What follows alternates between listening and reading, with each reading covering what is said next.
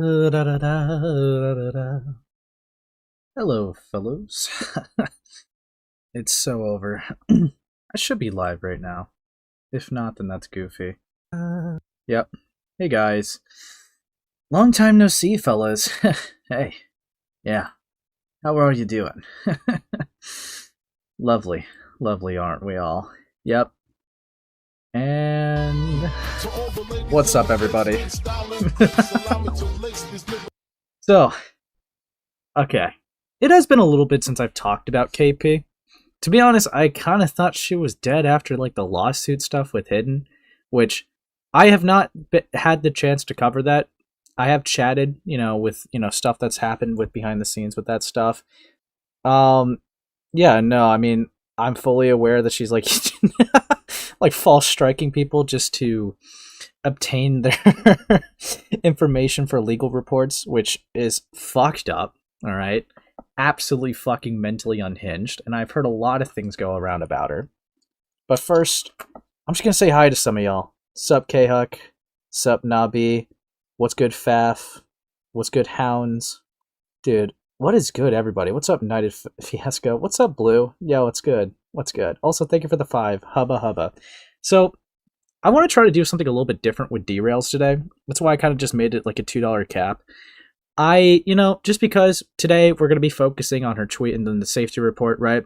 If you guys reach the goal, I think that, an appropriate derail, and I kind of want to like make this a pattern.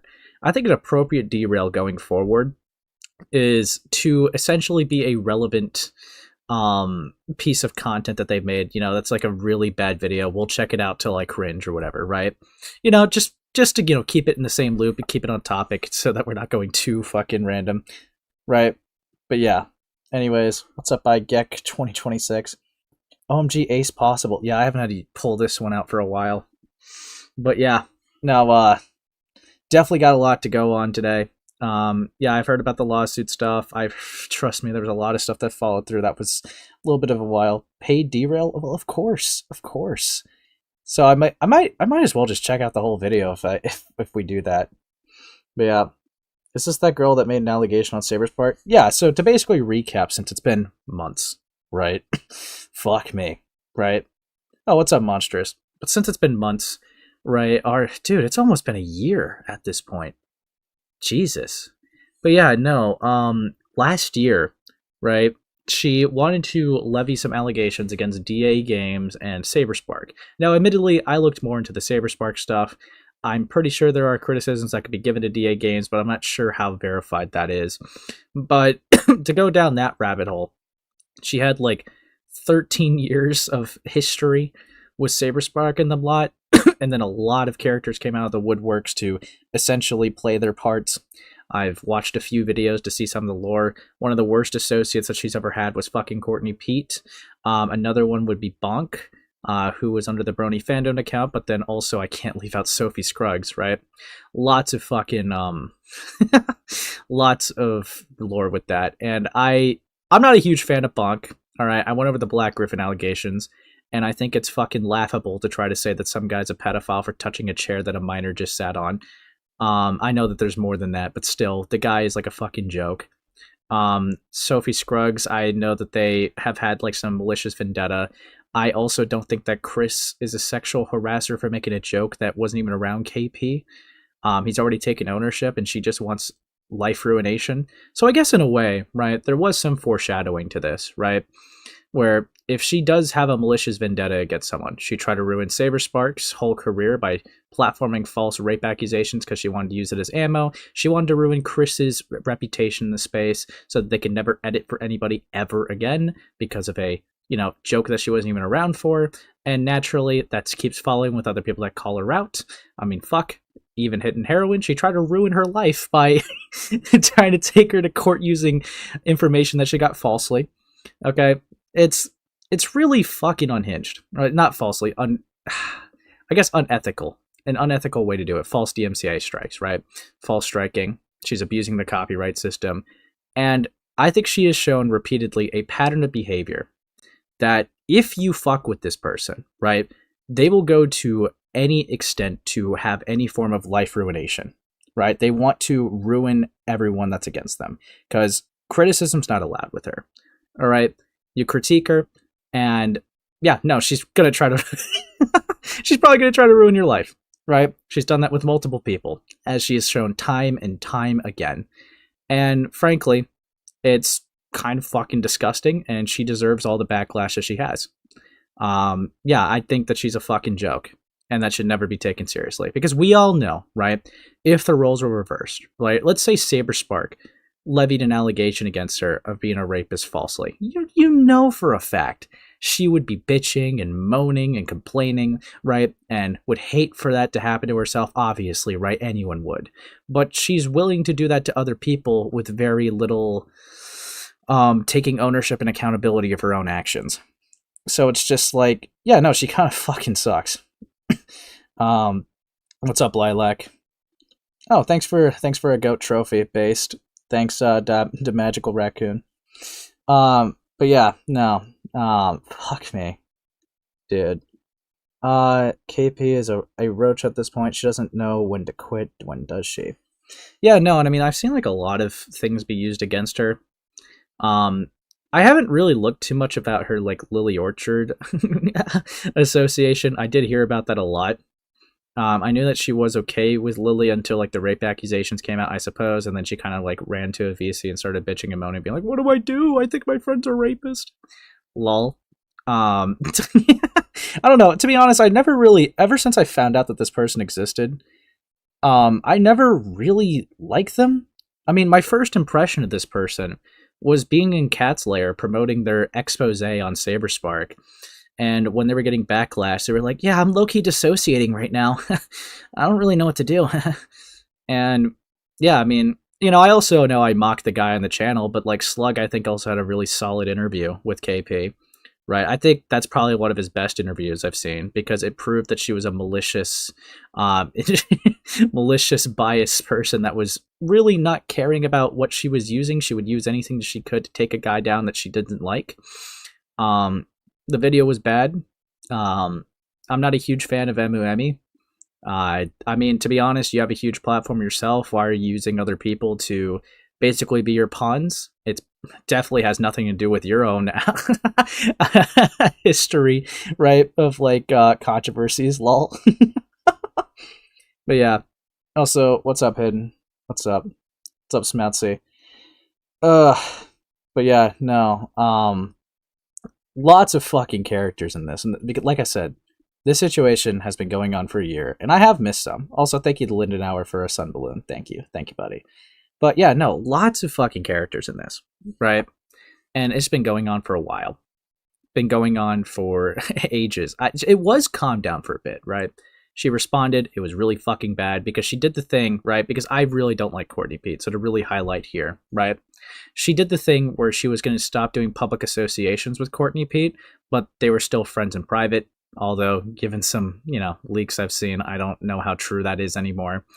Courtney Pete was a fucking L to take because, I mean, you're in a position where you false accuse Saberspark of being a rapist, and you won't take ownership of that, but you'll also stay associated with someone who also falsely accuses people as rapists, because that's totally cool and epic. I don't know. It's really fucking bleak. What's up, Lori the Gay Chest thing? What's up, Rotten Roo? Just kind of. Yeah, it's kind of bleak. Just a nightmare. I watch you. Gulps. Dude, it's over. Sent 6-7. What the fuck is that? Is that a sticker? Oh, bro. Yeah, no, there's a lot of people in this. I'm not a huge fan of Courtney Pete either. I mean, I saw a lot of things that they did too. I've covered it in several other streams, right? And Courtney Pete as well, right, has has said some things around minors that, you know, someone around her age, you know, 26 to 28 probably should never do. Like giving sex ed advice to a 14-year-old of how to properly masturbate. What a fucking freak, dude. What a fucking freak. Oh, thanks for the 2. This is an Ula moment? Dude. Okay, look. Oh, thank you for the 2, Nightmare. Future Nightmares. You are my favorite Jew. Thanks, buddy. Look. Ula... Okay. I'm not going to harp too much on it. If you guys don't know, there was a thing that happened in my Discord server right? Some person was just casually chilling and then decided to randomly say that their friend was 19 and hooked up with a 14-year-old, and they let it slide because it was a one-time thing. And it just became a mess. My server members were definitely grilling them. Then I joined to like try to find out some stuff, and honestly, the person either is insanely reckless and a freak for not reporting their friend to the police, or now what's worse, because of how they answered a question, there's speculation that when they were 19 they dated the same 14-year-old, because of how that went. Dude, it's a fucking mess. It was a fucking mess. Why are you streaming as I'm going to work? Sorry, Oscar Mormon, but thank you for the 2. Yeah, or Mormon. But yeah, no, yeah. See, that was just a chatter. That was just a chatter who just randomly like implicated themselves in a VC here. It's been recorded and passed around to other servers, so for people that were curious, I'll probably leave a link in Spurgatory if you guys are curious. So if you want to join the Discord server, you could like access it and see it yourself. But it was bleak, all right? I'm not gonna lie. It was fucking bleak. But was Ula chill though? No. Future, that's why they're bad, because they weren't chill. Rah. You could be a pedophile once as a treat. You know, it did get recorded. Snow Wisp, crazy recap, won't plug. You know what? You could you could post it, Snow Wisp, if you want to in Spurgatory. Bro, because I believe it was Snow that recorded it. There was 2 people that recorded it. It was Snow and Smug. That was in my server. But yeah, fuck me. Yeah, never trust chatters, on God, bro, on God.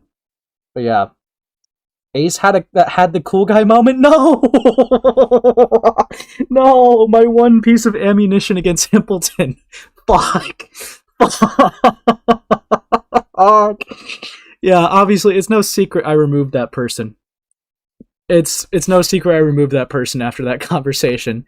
Look, because realistically, even if they're not a pedophile and they misspoke, I don't really feel comfortable with having someone that saw nothing wrong with 19 and 14 and didn't report it, and still hasn't reported it to this day, and they're 27. Okay?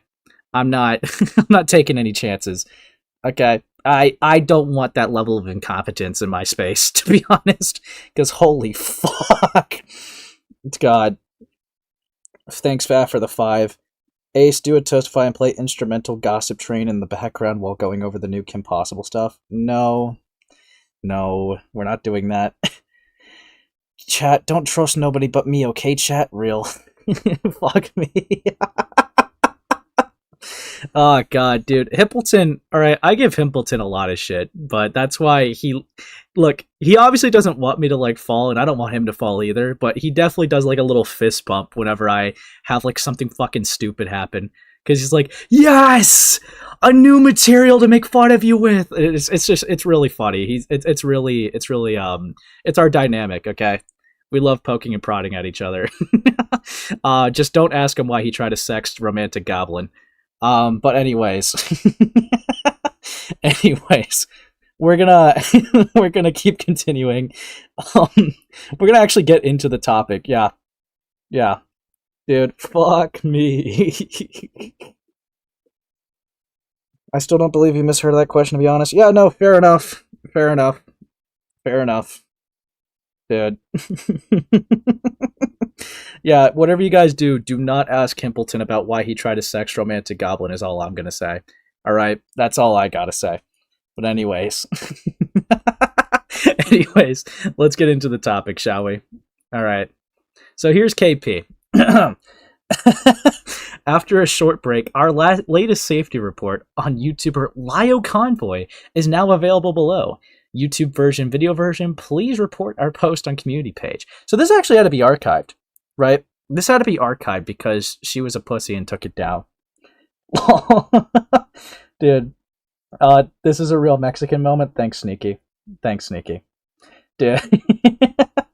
Do I need wine for this? I am out of weed. Sure, Smoutsy. You know, anything that you need to help cope with. But yeah, just a reminder, if you guys reach the goal, we'll do a derail with a KP video of your choice. Okay? I think that's fair. It keeps it relevant on the topic, and we get to check out some more Kim Possible, guys. You know, some stuff I'd never had a chance to check out on. So I'll leave her channel up just in case you guys meet it. But for now, we're going to focus. We're going to focus this. Not another one. Pi already does the Mexican moment. Oof. Oof. Lio was wild on this report. True! Okay, you know what? I also gotta get the... I gotta get the jazz music. Dude, I love the jazz music. I don't know. Like, I really, really fucking love the jazz music. I think I'm addicted, to be honest with you. Like, I think I have issues. Yeah. And you know what? Let's get the rain ambience, too. I know. I'm so prepared. I'm so prepared, right? We're gonna lower it just a little bit. Rain ambience. Dude, this is gonna be like the Sasu stream. Oh, yeah. I want the rain quieter. Yeah. Okay, guys. Here we go. Ace, why? Why what? I might want the jazz music just a tad bit lower. There we go. Okay, guys, let's get into it. Let's get into it. Alright, I'm feeling good. Ace on his ASMR sleep channel arc SMH. True! Sleepy Kit Kat, what's up, dude? What's up? Doesn't everyone not like Lio? This was old info on the KP. True, I think they do relitigate a lot of stuff, but you know what? I've never really seen a safety report be done on the guy. That's kind of a new move for me, I think.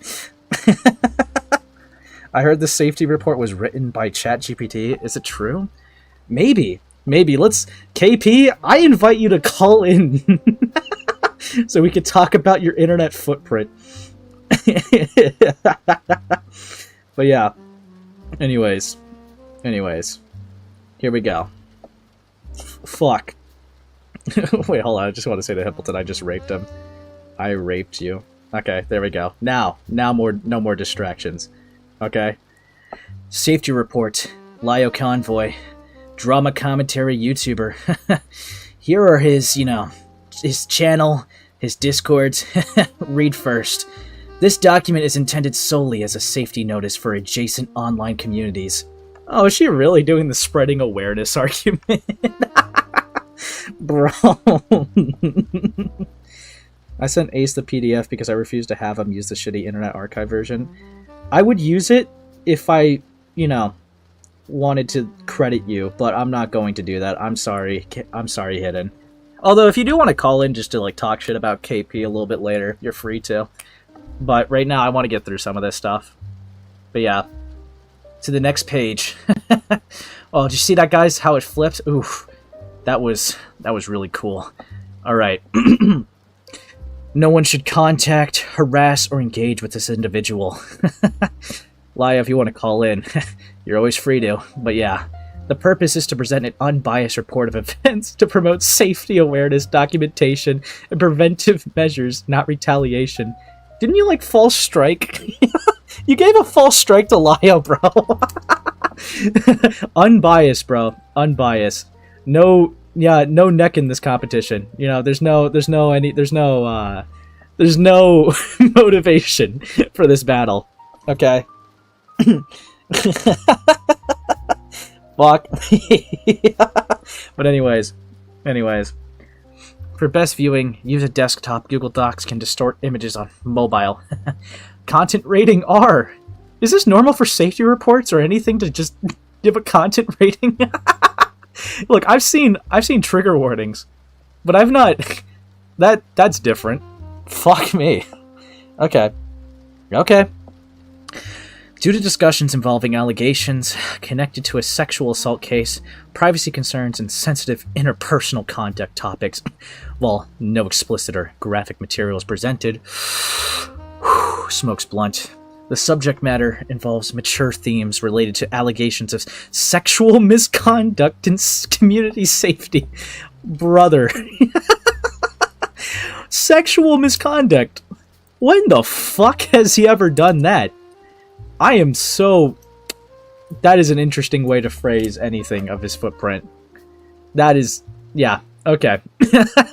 Reader discretion is advised. The report is intended for documentation, education, and preventative safety awareness purposes. Due to the combination of privacy, consent, and potential criminal implications, the material rises above PG-13 sensitivity and enters a higher risk category. Brother. Oh, God. Yeah. Yeah. Dude, this is great. You know what, you're right. I should take this a bit more seriously. If I'm having the jazz and the ambience, I should do more of a detective voice, you're right. Whew. Okay.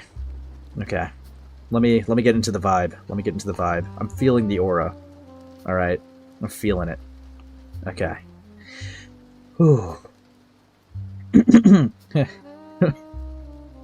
Who is Lio Convoy? Lio Convoy is a commentary creator known for covering online controversies, often positioning himself as pragmatic and outcome-focused rather than emotionally driven. His content frequently emphasizes personal responsibility, skepticism towards unverified claims, and the potential real-world consequences of public accusations. While he's not a journalist by training, he often frames his commentary using advisory or cautionary language that can't resemble professional or legal guidance. Bro. Interesting. Alright, let's hear it. Let's hear it. In past online discussions, Lio has been associated with several controversies within the commentary and art community spaces. These have generally involved participation in extended confrontation calls or group discussions addressing alleged misconduct in online communities. One widely referenced example is the January 2023 Rosa Call. I remember being alive around that time. I was horrified. You know, that's really interesting, that you bring up the Rosa Call, KP. Tell me, did you ever make any public stance against it in 2023? Just out of curiosity. See, I don't know why, this is the thing that always blows my mind with Lio associations. It's like, they will be cool and, be a little critical of something in the moment, but it's like, to my knowledge, I don't think KP's ever made, a public statement around this time of, oh, how horrific the Rosa Call was. And I also could be wrong, but wasn't the Rosa Call in 2022? I could be incorrect about that one, but still, it's like, it's kind of annoying, because it's like, it just seems like a scorned Lio associate when you, start off with, a huge talking point like that. Yeah, he fucked up, sure. Yeah, great. And you still kept associated with him years after, but now you're going to use it as a talking point. It just seems very spineless, to be honest with you.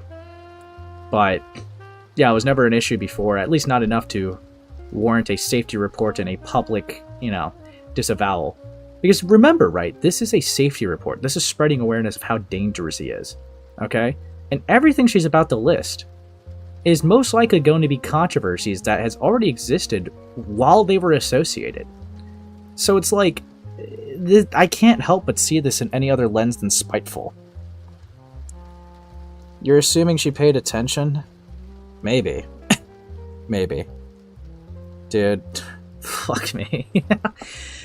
Ugh. But yeah. Anyways.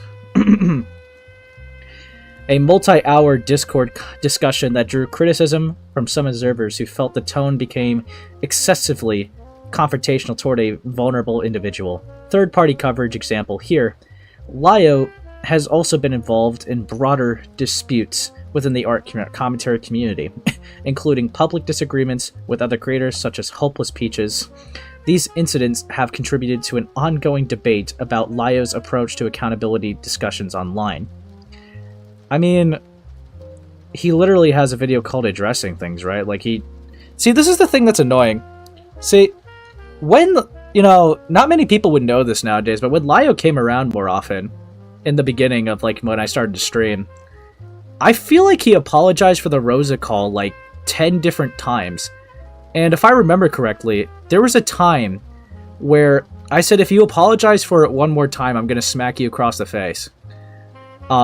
And then he said, I think what he said in response to that was, now that you said that, I'm going to apologize for it more often because, you know, he's a little quirky like that. But it's like, to act like, you know, this has not been something that's been taken ownership of multiple times, it's just, I don't know. I don't really get that. It just seems disingenuous. But yeah. Yeah, no, so it's like... But yeah. Anyways. Yeah, it's stupid. Yeah, the 4-hour call was a mistake. But they literally knew that at the time it happened. That's why, like, if you guys remember the Blaze the Movie fan coverage I went over, right? That's why Hopeless Peaches had, you know, Rosa call PTSD. Because they all swore not to do something like that again. Okay, like, this was used as a talking point, and they'd taken accountability and ownership for it a while. I'm pretty sure Lio even apologized for it before it became a public spectacle.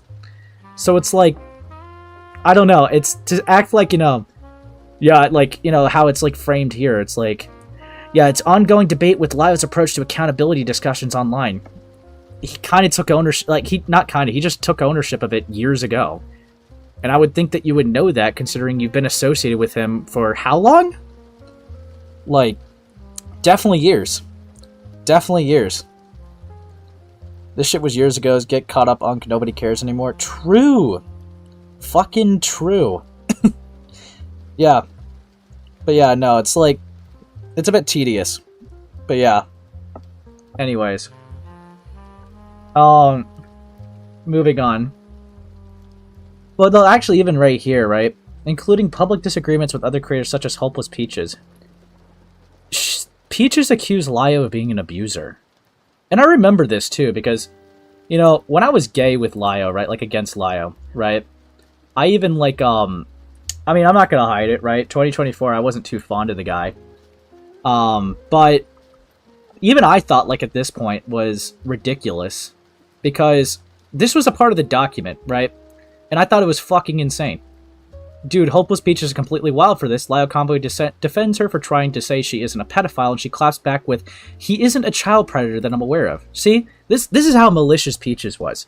It's scary to admit it, but I feel it's true. He isn't a child predator that I'm aware of, as some people have claimed, but that doesn't mean he's some savior of the innocent either. Peaches literally had an axe to grind with Lio that they pretty much just pedo-jacketed him here, right? And framed him as an abuser. This isn't just a public disagreement, alright? This isn't just, like, you know, a debate that they had of, like, you know, a casual a casual disagreement or whatever, right? That was just false accusations, which I'm sure you would know a thing or two about, KP. Fuck me. I apologized literally the next day. Then yeah, I mean, fair enough. Like, if people won't accept the apology, that's whatever. Or, like, you know, accept the fact that you took ownership for it, whatever. But obfuscating that you did is, like, malicious. So, yeah. But anyways. Supporters often view his actions as attempts to investigate or address misconduct with internet communities. While critics argue that the confrontational format of these discussions can escalate conflict and create hostile environments, as why many events and online commentary spaces perspectives on these incidents vary depending on the source and the community discussing them. Okay. Yeah, arguments can get heated in the commentary space. I mean, you try to falsely call someone a rapist because you didn't like them, so I'm sure you know a thing or two. Dude, fuck me. Hopeless Peaches detour. Yeah, no, I mean, look, I think, you know, I think everyone gets the idea that Peaches sucked, but, like, I think sometimes we forget the severity of how much that person sucked. Because it has been years ago, right? They have been gone, so there's not been really any real reason to bring them up, really. Unless you, like, you know, want to revisit a topic or deep dive or talk about it, like, you know, in passing, whatever, right? But they haven't done anything new, which is why the reminder hasn't been given. But, like, that's why, like, you know, I'm glad that I have that screenshot of that they said that, because it's like, that is just ridiculous. It's fucking ridiculous. I think sometimes people do forget about how malicious Peaches is sometimes. Which, I don't blame you. They've been gone for years. Right? So, but yeah. I don't want to credit you, but call in for content. True! True! This was when I was first getting into ACC. Yeah. Yeah. Or because that stuff was the rabbit hole I fell into. Yeah, no, fair enough. But in a general sense, not a lot of people know about Peaches. It's mainly ACC. But, like, even some new people today probably wouldn't be able to tell you what they did other than that they're manipulative and, you know, schizo. But yeah, they are genuinely unhinged. But yeah, let's let's get into it. Important context, prior coverage of Lio Convoy. There's no way you fucking use the Lanza video.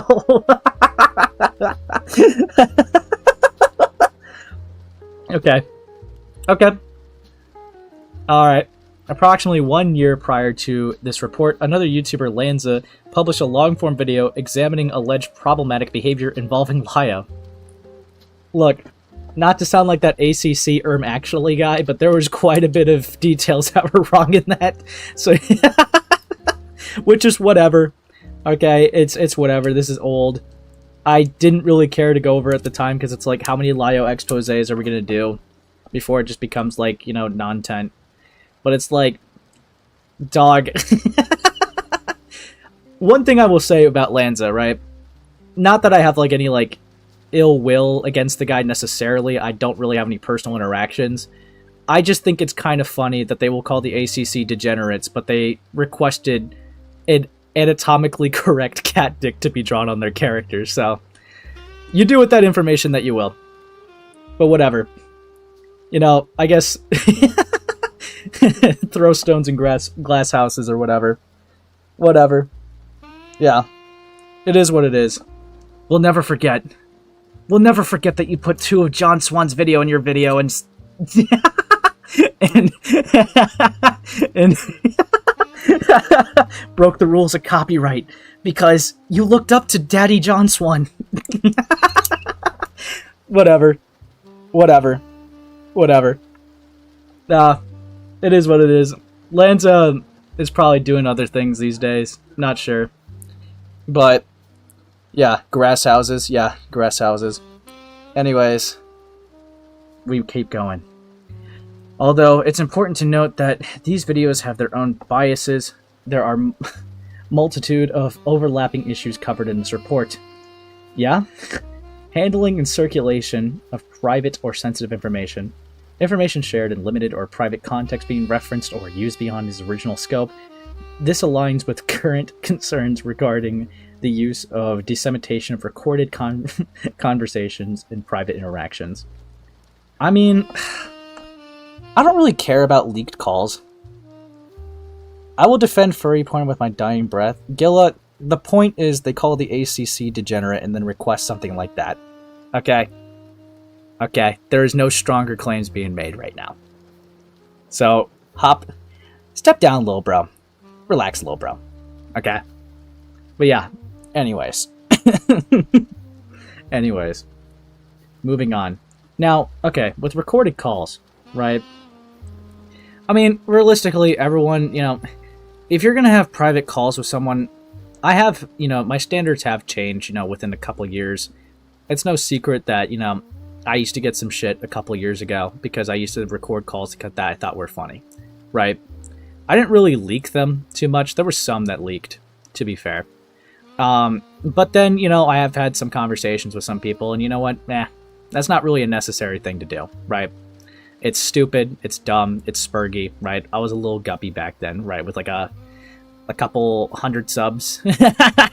Whatever, right? My standard has entirely changed on that, more or less. Like, I would say if you're going to record a call and leak it, it should be one that is a confrontational call or has some utility, right? Like, for example, right? If someone's lying about someone publicly and you record a call that's proof of them lying, that could be leaking and recording for the safety of the person that they're slandering.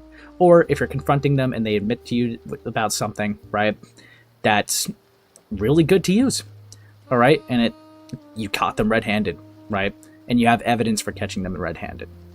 I think those type of examples are good uses of recording calls and leaking them. And realistically, when a call leaks, right, people are going to be like, oh no, you recorded it and leaked it, oh, the horrors, but people still watch it anyways. right? Because it's like, it's already out, might as well look at it, right? See what's going on. I don't really care too much when it comes to recorded calls. I've had my fair share of public VCs be recorded. I prefer that they don't, but I also understand that a public VC is a public VC. That's why that Dreamer call went around so long ago. That's why that ULA call started going around. Right? Things do happen. Right? If you're in a public setting, that's going to be a risk. Yeah. So, yeah. They did have some calls leak where it just kind of proved that they were, not being so truthful about some things. And I think in that context, it's fine. Because it's like, again, you got to remember, they are an active false accuser at that point, right? So the argument could be used, it was a safety reason because you're slandering someone, but you refuse to take the public L. Sure, I think that would be a fair argument to present. However, KP, because the calls make her look bad, right? The calls don't make her look that good, has abused the copyright system to strike any of these calls being shown or reviewed. And honestly, that just makes you look worse. You might as well just take the lashings. But, yeah. Hey, I wasn't recording until the guy was talking about pedo shit. Everything else was kind of funny, but not worth recording. Hey, look, I'm not against it, alright? I would prefer casual VCs not to be recorded, but at the same time, with something like that, I already know it's going to be, right? It's realistically, come on, right? It's in a public VC, there's an argument between two people that some people were interested to see, or something like that, where it's like, it's just so unhinged, it's like, you wouldn't believe it unless you've seen it. I'm not shaming you on that, I'm just talking about personal standards here. I don't think KP should be striking people for the recording leaking.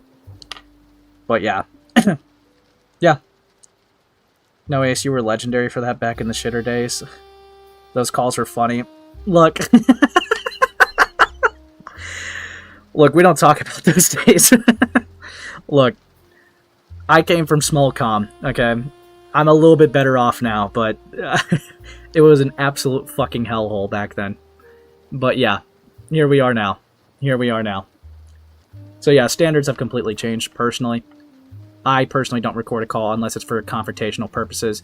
And even then, there's some blanket statements and, unique cases with that. Like, for example, if I was to confront a friend on something, right? Normally, I wouldn't record it. Now, granted, there was that one recording of me and Ant that got passed around a little bit. That was recorded for, like, the last confrontation, and I was not really going to be friends with him again. But normally, if I have an issue with a friend, I would give the extent of a private conversation, off-the-record type of conversation, right?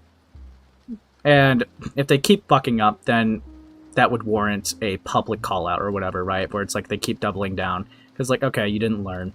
Whatever. Fine, I tried to be helpful, and you just didn't learn. Some people might disagree with that mindset. But personally, it's like, sometimes people will fuck up to an extent where it gives everyone else problems. And sometimes you just gotta take care of that problem. It's not great. But, luckily I don't have that happen a lot. But, yeah, no. Yeah. I've known you since then, dude. Dude. Dude, my AJ era was fucking insane. I don't even know if that's the one you're talking about. But, dude, that guy, yeah, I trolled the fuck out of that guy. But anyways. No, I'm talking about Given Ant. Normally, friendship confrontations don't get recorded. Trust me, there's a lot of times I've had friends where, hey, I don't really agree that you're doing this. Hey, I don't agree you're doing that. But, usually it's been kept as a private record. Otherwise, you'd probably see a lot more calls out there if I did record them and they did get leaked. Okay? Dude. And there's recordings that I have had confrontations of that I don't think I leaked because there was no need to. They just took the accountability on their own and just left. But, yeah, yeah. There's confrontations, definitely, that probably won't see the light of day because they've already, there's no point. But, yeah. Dude, I'm getting fucking distracted as hell. Dude. What's up, Smug Genos? I come in, first thing I see is Gillis saying he's gonna defend furry porn society. Wasn't that your op? Kidding. Kidding. Kidding. Oh, you guys are good now. But, yeah. We carry on. We carry on. Dude, I'm not such a wholesome little guy all the time, you know? I'm quite evil, some might say. Dude, fuck me. But anyways. Gulps. I guess we should go on to the next page. Sigh. I suppose so. Yeah. Dude, fuck me. Dude. Alright.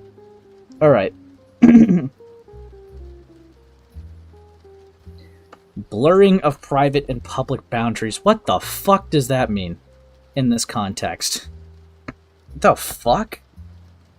Dude, okay. Here we go. Movement of issues from private discussions into public-facing content of commentary. This mirrors the transition of private calls and conversations into public framing and narrative discussion. I mean, again, like I talked about, sometimes you just won't take the L publicly, but there is harm into not taking it publicly, but you took it in private. So it's like, yes, there would be some, you know, reason to leak the call. I'm not going to pretend like there's not, okay? Like, fuck off, dude. Dude, fuck me. Okay. Escalation patterns in interpersonal conflict. Situations where conflict increases in intensity rather than being resolved or contained. Like you and Chris? Like you and Saber? Like you and majority of the people that you've gone at? Like, okay? Because I don't know, I think, like, you know, obtaining people's doxes information through false strikes is kind of, you know, increasing the intensity of a situation. Fuck me. This is consistent with the progression from initial concerns to broader public dispute and amplification. Reframing or selective presentation of events. Emphasis on certain details while omitting or downplaying others, affecting interpretation. Dude. You literally do this. Whatever. Dude, it's so hard to take this without seeing the hypocrisy in, like, almost every sentence. Fuck me. Dude. Yes. Did this motherfucker really put a meme in safety report? Yes. Dude, you know, you need the ha-has for the trauma. Ah, God. This directly reflects concerns in this report regarding selective framing and omission of context in public responses. Inconsistent between private interactions and public positioning. Dude, you literally did that with Courtney Pete. Fuck off. Difference in tone, intent, or representation, depending on whether communication is private or public. This aligns with observed discrepancies between private conversations and subsequent public characterization of those interactions. Use of narrative framing to guide audience perception. Language and presentation choices and influence how individuals or events are interpreted. Like a rape accusation that you help tailor? You know? Framing to guide audience perception? Is that why you help tailor the response with Courtney Pete on Emmy's docket? Like, I genuinely. Dude. Hey, so did you see my win against Sasu earlier? Hahaha, I'll DM it. Yeah, sure, you should send it. I've not seen it. It's ironic she uses that meme specifically when she's already got chastised for doing memes in Saber DA Games video. Well, you see, that was a video, not a safety report, okay?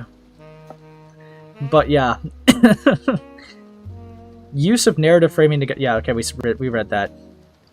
Involvement of additional parties in ongoing disputes. Expansion of conflicts through the inclusion of more individuals over time. Like how you dragged in Courtney Pete to get the rape expert to see if Emmy had a valid story. Like, those involvement of additional parties? Like, dude, I swear I could do this with every single one. Dude. The parallels the increasing number of participants involved in the current situation. contributing to complexity and amplification. Lol? Challenges around consent, communication, clarity, and boundaries. Bro. Ongoing tension regarding how conversations are conducted, recorded, and shared.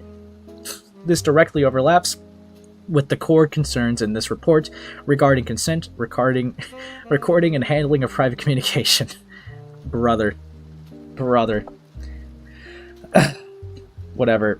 Dude, I think you literally did something similar like that with recording the call with Chris, but only using a part of it. But whatever. This prior coverage is relevant because multiple concerns identified in that video appear consistent with newer patterns observed in the current incident. While each situation is evaluated independently, the overlap suggests these behaviors may not be isolated. The reoccurrence of similar concerns across separating contexts may be relevant when evaluating patterns of behavior, particularly in matter involving private communication, consent, and public framing. Bro. I felt like every single one of these, you could actually use as a point against KP almost, like with some unrelated situation. It's actually kind of fucking mind-blowing. Dude. It's so over. What the fuck is this, Fishy? Okay, Fishy.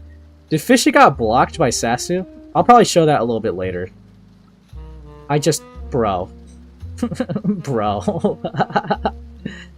Oh, God. But anyways. Jesus. It's kind of mind-blowing. That's why it's kind of hard to take this seriously.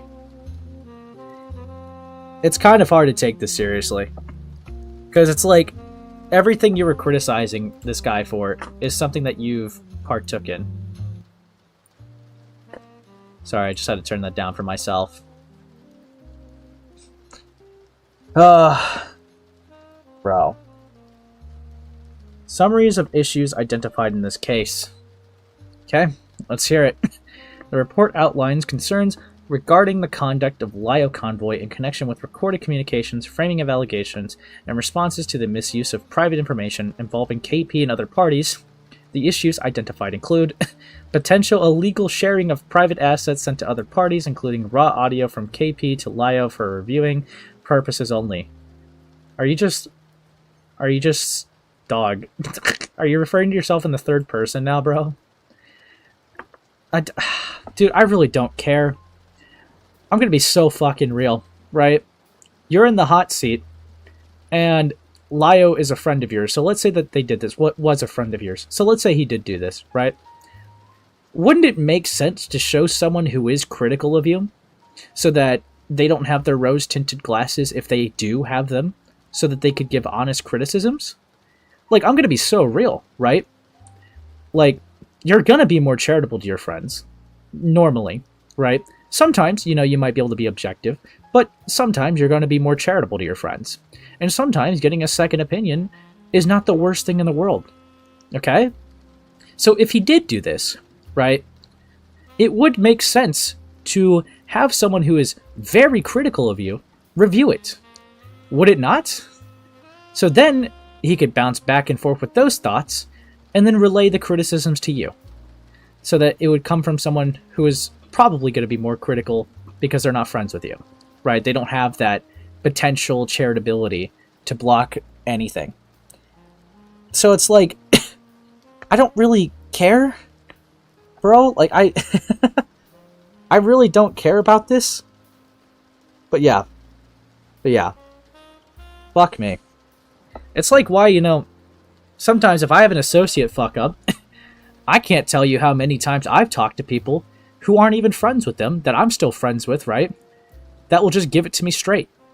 Okay? And you know what? That's been pretty helpful, to be honest. And these people don't necessarily hate the associate that fucks up, especially not at the time.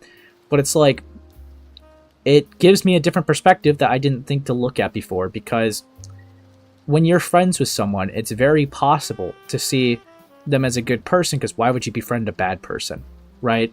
Why would you, befriend someone that, doesn't know what they're doing? Like, that's malicious.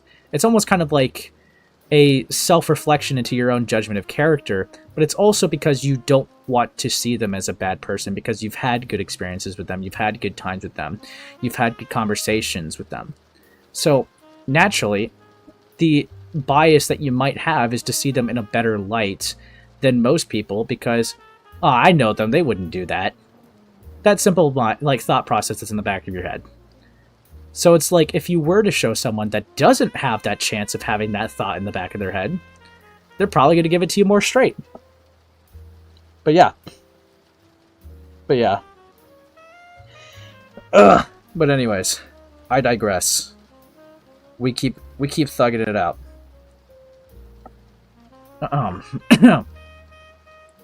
Undisclosed or inadequately disclosed recording of a private conversation undertaken without clear, informed consent and later uploaded publicly. I don't fucking care, dude. I really don't care. Bro. Yeah, unreliable as narrative because of pre-existing relationship. Yeah, that is a thing that could happen. I'm not saying that Lio can't ever be critical, but it's like, it's a fucked position to be in. Because, realistically, if your friend is going through a rough time, even if they fucked up, you don't want to really add to it sometimes, to be honest. You would rather, like, it's better to be a listening ear than to be like, oh, it's gonna be okay, because you don't know that. So it's like, yeah, no, I don't really care about that, like, showing other people that would be more critical if he did that. But, yeah. Raising concerns regarding consent, context, legality, and appropriate handling of recorded communications, while nothing that's separate recording in another context involved documented alleged illegal misconduct, including sexual harassment. See, KP will sue someone over a recorded call that they didn't outright say you can record this to, but they totally expect not to be sued by falsely accusing someone of being a rapist. What a fucking idiot, dude. Oh, thank you, Pi, for the 6-7. Fucking hell. And remember, just as a reminder to those in chat, if you reach the goal, we will derail with a random impossible video. And I'll set, like, another goal or whatever. But, dude. Fuck me. Framing of serious allegations with implied certainty. Including character judgment and conclusions presented without adjunction or professionally verified evidence, despite such determinations be reserved exclusively for criminal courts under U.S. law. What the fuck are you yapping about? Can you name an example? Like, sometimes there's also just situations with circumstantial evidence which I could understand why someone would be led to a conclusion. Like, there's just no example of this, but whatever. We'll see. We'll see. Dude. Fuck me. There's better ways to get validation than suing people. True. Fucking true. Dude, I swear to God, if you bring up the recordings one more time. Unauthorized use of stolen creative assets. Documentation indicates private creative materials have been obtained and circulated through a secondary party without clear knowledge or consent. Is this the calls again, or is this my beautiful still? Bro. Dude, I have falsely accused Ace of being a rapist enough times for it to probably be a civil offense. Snow Wisp, it's okay. You're one of the chill false accusers. Fuck me. But yeah, no, potential harassment adjacent conduct. You know, like falsely accusing someone of rape. Right, KP? I think that would, you know, be a harassment adjacent conduct. You know, giving life-threatening allegations. Whatever. Including instances of escalatory communication, name-calling. Oh! Name-calling? Guys, being called a bitch is worse than being called a rapist, I suppose, dude. Ooh. Jesus. Whoa. That was kind of scared. That was kind of scary. And the use of gendered language directed at the individual rather than the substance of discussion. Okay, bro. Okay, bro. Okay, bro. Dismissal or minimization of documented boundary violations. Oh my god, is this about the fucking call again? It's the call again. How many times are you going to just bring up the call but repackage it in different ways? Breach of trust within a private interpersonal context. Is this the call? Is this the fucking call? Oh my god, it's probably the call. Failure to discourage harassment adjacent audience behavior. What? Particularly in situations where individuals are criticized or publicly discussed? Did you really want Lio to be like, hey, I know she's a retarded bitch, but can we go easier on, you know, the false accuser, please? Thanks. Really?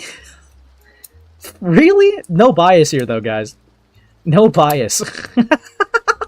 Passive enabling through omission, wherein prior vouching for third-party comment. Oh, is this because... Fuck you. This is because they encourage Beckett, you know, you to talk to Beckett and Slug. Fuck off. Fuck off. And they were fair with you. They were fair with you. You're just mad that you look bad. Jesus. Dude. This is... Yeah. Bro. Dude. We'll be in the retirement home and people will still be complaining about that Rosa call is bad. True, Chris. True. Dude. This report does not allege criminal intent or malicious intent. Rather, it documents patterns of behavior that raise concerns regarding judgment. Oh, so you're a pussy. You're a pussy. Consent, framing an ethical responsibility in situations involving sensitive allegations and vulnerable parties. Note on use of private communications. Oh my god, is this the fucking calls again? Private messages referenced when this report are included. Only when necessary to clarify to respond to information that has already been publicly disclosed without KP's authorization. Fuck off. These materials are not presented to introduce new private information, but rather to provide context, accuracy, and clarification regarding communications that were previously made public by third parties. The report does not seek to originate or expand breaches of privacy. Any inclusion of private correspondence is limited to instances where such information is required to address existing public claims, correct misunderstandings, or contextualize statements already circulating publicly wherever possible. Identifying details are minimized and materials are used only to the extent necessary for documentation and response. Okay, so you're a pussy. Okay. Introduction and context. Background on Lio Convoy and KP's friendship. Oh boy. Oh boy.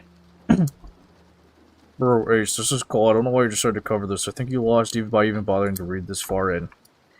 Well, we still got several pages to go. Okay. Ugh. Dude. Fuck me. Dude, you make this sound like this was written by a third party. Why? You literally wrote it. Why are you... Ugh. Dog. This is so dumb. This is so dumb. I'm kind of amazed, honestly.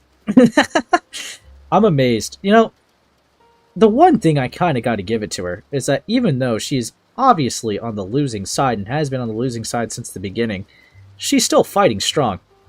Okay? I think she was fighting strong. You know, she's fighting strong to keep losing. And you know, I gotta admire that dedication. Dude, fuck me. Dude. God. I can't. I will... No promises I'll get through all this, but I'm trying my best to at least go over this crazy KP stuff. But, you know, we got this. Dude. Anyways. God. Not ChatGPT wrote it? True. KP won. No. Not true. Lio and KP have been friends since 2021. Okay, so you would know about the Rosa call. You were friends with them during the Rosa call when it freshly happened. You were friends with them during the whole 2024 peak Lio hate where people were bringing up Peaches, where people were bringing up the Jordan situation. So everything you're about to fucking bring up in this as a point, you have been friends with them and been perfectly cool with since you've not showed any public horrified responses to it. So I would say maybe there was a private conversation, and that's the most charitability I can give, is that maybe they were like, Lio, that wasn't cool. But you're framing it like it's this horrific thing that needs a safety report, but you were friends with them during the time and even had a podcast with them during the time. So clearly it couldn't have been that bad. She didn't know? Bro. For years? Because she never paid attention? Dude. That seems like a cop-out, though. Like, our friendship was one way. Well, that's tedious. That's tedious. Oh, fucking hell. During the outcome from KP's original expose alleging misconduct by DA Games and Saberspark, Lio introduced KP to Beckett of the... Isn't there a little bit of a time gap there? You said you were friends with 2021, and we're immediately going into 2025. Dude. Okay, but real question, though. Why making this doc? The only one who are willing to hear anything she has to say is to make fun of her. Dude, true. I don't know. Maybe she likes being dogpiled? I have no clue. Lots of speculations in the air. Dude. Lio introduced KP to Beckett of the commentary channel Kelp and Seethe, who had expressed interest in covering the situation. At the time, KP was extremely hesitant to discuss the issue with outside commentators, but trusted Lio's judgment and believed Beckett's coverage would focus on critiquing the structure, tone, and execution of the video while reporting on all involved parties in a neutral and balanced manner. And we all seen the call. It really is not going to be as bad as you frame it out to be. I'm so sorry. It's really not that bad. Like, if anything, I'm surprised Beckett was as nice as they were. If I'm going to be honest. Also, what's up, little guppy? I don't know, little minnow, just here to explain some things to you. So, Sure. I know you don't want to believe that she is genuinely that ignorant to the people around her and their actions. But I hate to tell you, she actually just is. Let me point out, in this thing, she has an obsession with thinking that I sent her to him. Not just because she doesn't want to, have any culpability in her own stupidity. Yeah. But because years ago, she came to me about something else. Peaches was in call. She asked, "Do you trust this person?" And I said implicitly yes. That I had a lot of trust for them. Right. Because of that incident, she was thoroughly convinced that I was speaking of Hidden in that time frame, not Peaches, because she can't take an L. She has no clue contextually who Peaches is, who my found family were, the things I had done or dealt with. She knew literally none of that because she just didn't care. If it did not involve her, if she could not benefit from it, why would she care? That's who KP is. So it's not a matter of her knowing and saying nothing. It's a matter of her actually just not having a clue because she never cared. The only reason why I think that I'm thinking the way I am is because, even myself, who's been associated with you, the amount of times I had other people come to me being like, "Were you aware of this? Are you aware of that?" I just kind of find it very hard to believe. Better. You have more people around you that talk to you regularly than KP does. KP's only consistently talking friend at that time was Riddle. And that's not a slight on Riddle, to be very clear. Right. The point is, KP just never paid attention to anything that did not directly involve her, ever. Not in her personal life, not in her YouTube career, nothing. So no. While it would be fun to say, "Oh, you knew," and you kept saying nothing, let's dog on her for it. She actually just didn't know, not because she's some innocent waif, but because she just didn't care enough. I just find that absolutely insane. I'm not saying that you're wrong. It's just, even if I was going to do a podcast with somebody, I would like to know the basics of the controversies that I'm co-hosting with. I like to see just a basic vetting thing, right? Because I don't know. Again, I get a lot of people being like, "Well, are you aware of this, this, and this?" And instead of just be like, "Well, no, I'm not aware of it," I would actually have responses to my actual thoughts on it. So I don't know. That's crazy that she was that reckless then about it. Welcome to KP. Wait until you see where she blames me about not, I guess, dogging on her for the Lily stuff when what was I supposed to do? To my memory, she found out that about the accusations against Lily, and then came into a VC and begged to for what to do about it, right? She actually dragged Courtney into my server the minute she found out. Dude. Dude, I don't know. I don't know like what else you were supposed to do. Like, because in that instance, I'd be like, well, if you think that these accusations even have like an ounce of truth to it, then yeah, sure, don't associate with them or whatever. But yeah, I don't know. That's It's a long story. I talked about it on my stream, but it's whatever. My point is, KP does not pay a lick of attention to anything ever at any given time. right. I mean, fair enough, dude. That's. I guess dude, she's like a sunfish, bro. Like that's just. Yeah, essentially. All right. Well, that's all I really need to say. I got some stuff to do before bed, so I'll catch you later. All right, catch you later, Gramps. Ugh. Yep. Okay, apparently she's just retarded. He's lying. Ace has no idea what I did. One thing that one time a long time ago never bothered checking. I know what you are, Gilla. I know what you are. Yeah, Ace doesn't even know what I did to Take 9 when he was 12. Whoa! Okay, we're not investigating that one. Whew. That one's too scary for my taste. Whew. But anyways. Anyways. Moving on. As the situation evolved, there is evidence that Lio was aware that the other commentators were using leaked and private information about KP as content, yet did not intervene or publicly condemn this behavior. Although, he is not responsible for the actions of others. Yep, there is no evidence, public or private, that he took steps to discourage or challenge this conduct, despite having previously vouched for Beckett and facilitated the connection. Again, what did Beckett do? Alright, at the time, he was very fair. I don't know what to say to you, bro. Like I said, I'm shocked he was that nice. Because, yeah, in this space, we could be people could be a lot more of a dick if they wanted to be. But, you know, I think he was pretty civil and cool, calm, and collected for the interview with you, if I'm going to be honest.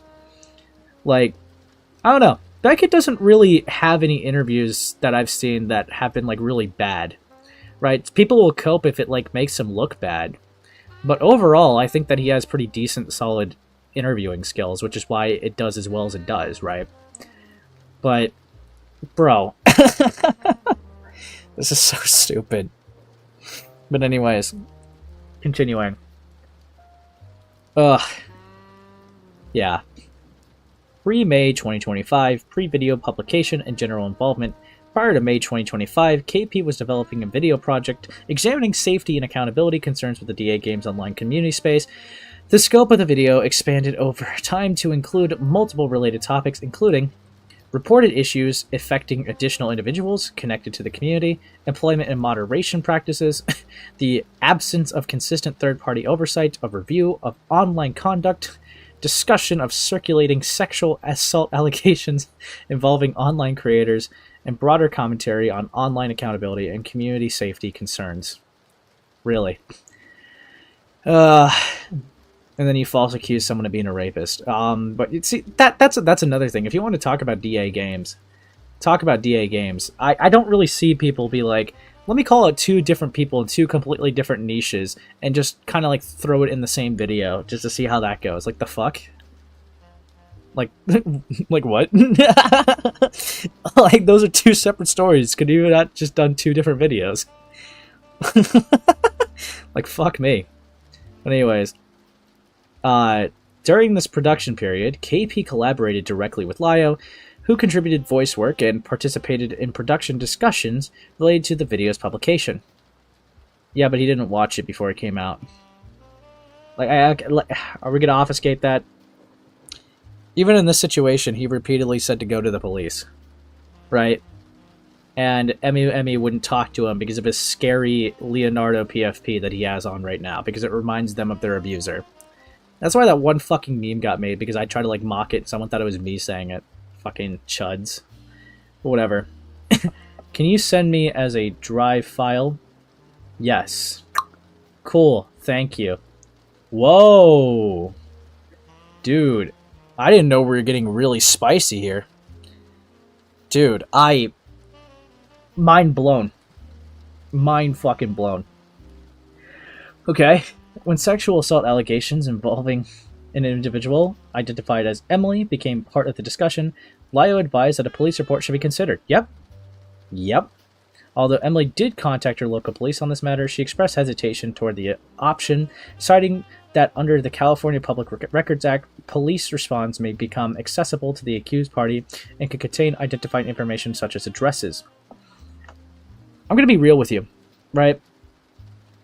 The thought that you were going to be an anonymous victim the whole time you were doing this was just unrealistic. And like, I know that sounds like it sucks, but the problem is people dig, right? And even if, okay, let's say hypothetically you didn't have A-loggers try to find out who you were. Let's say that we live in a world where that doesn't happen.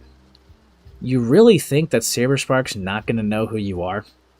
You gave an estimated amount of time long ago when it happened. You remained anonymous. They knew who it was, actually, when it still remained quote-unquote anonymous. I mean, if Saberspark's being false accused, why would they have to keep you anonymous, right? Why? Fuck me, right? They would just say, oh yeah, no, it's literally Emmy who's making these accusations, like, and you're just false accusing me. I don't know why you are, but you are. Like, what the fuck? What kind of world did you think was going to happen that you were going to make these accusations and not be found out what, like, you know, your online handle was, or, like, you know, that being associated with, like, any type of username? Like, you just didn't think that was going to come out. It's kind of mind-blowing. Like, to be honest. But, yeah. No, yeah. Fuck me, man. Ugh.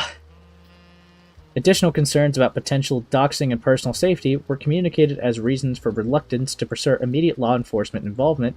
Readers can read more about California Public Records Act here. Well, I mean, if you filed a police report and you got arrested for it, what would you have to worry about him with? Right? And the problem is, right,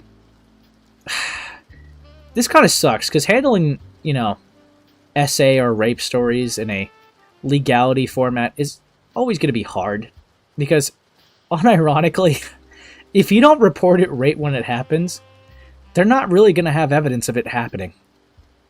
And you're talking about filing a police report 12 to 13 years later. Like, they're... Dude, and even by your own testimony, it's like, dude, this is just not it. This is not rape. Like, dude, this is just not it at all. Anyone calling this rape is just, you know, retarded Courtney Pete people. Dude. Evening, A Space in chat. What's up, Kevin? Oh, what's up, Rose Throne? The crazy part is that Emmy video later on, when she was upset that Saber didn't said her name in his initial response video. So, what the fuck? Did you expect to stay anonymous the whole time? Like... Dude, you make no fucking sense to me. Also, what's up, J7? Dude, fuck me. Okay.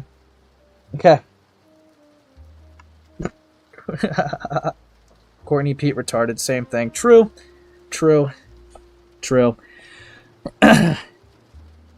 Note, this report does not seek to evaluate an objective validity of filing a police report or the reasoning behind Emily's decision not to do so.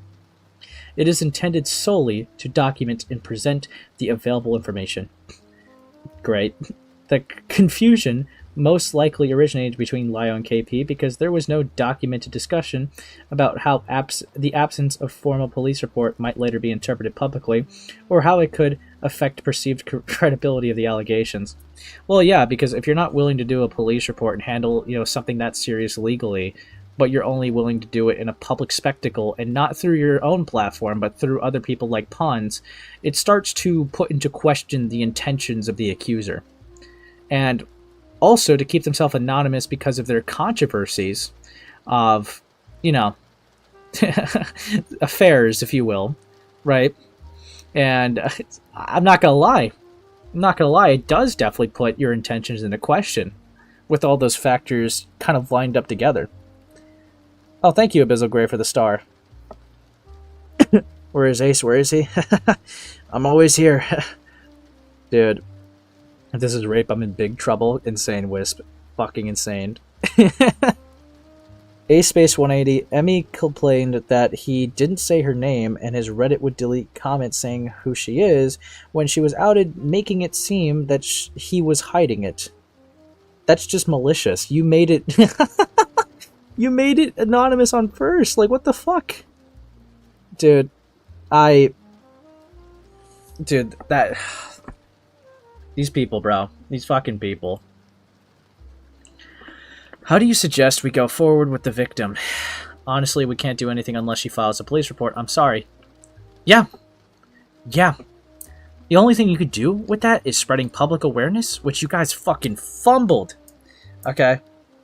Ace getting TikTok rewards is taking me out, Lamau. Dude, true. True. Also, speaking of, stuff, there's 83 of you here, but only 21 likes. Let's get those likes and subscribers up, guys, alright? Let's keep going. Let's get the 50 likes, guys. I know we could do it. I know we could do it. But yeah. Bro. Fuck my life. Ugh. How do you suggest we go forward with the victim? Yeah, so yeah. At the time, KP understood that the allegations were already scheduled to be made public through other sources, including discussion by Brody Fandom via Twitter. Yeah, it's not our fault that you had a communication issue. Again, very vindictive individuals. Fando's been wanting to kill Saber for the Black Griffin Association. Alright, and those allegations are stupid. I unironically, it's so dumb how you could hate a person so much because they got with the character who voices your favorite fictional pony. It's actually fucking mind-blowing. But yeah, disliking for shilling. I'm sorry! I'm sorry! Oh, thanks for the 6-7 buy. Dude, I didn't even know that was a feature. Yeah. Yeah. Dude. Dude. Anyways. Ugh. Dude. The framing of the video with the breaking of the allegations was an attempt to reinforce credibility of both the public allegations and the issues presented in the video. Because of this, KP believed she was commenting on any allegation that was already entering public circulation rather than independently breaking the story herself. What? Dude. Okay, again, because she doesn't know how to fucking communicate, it's not everyone else's issue, okay? That's stupid. That's fucking stupid. Or I thought we were all making it public. What the fuck? Dude. Fuck me. LA's for not reading it out so I can clip them. Read what out? Dude.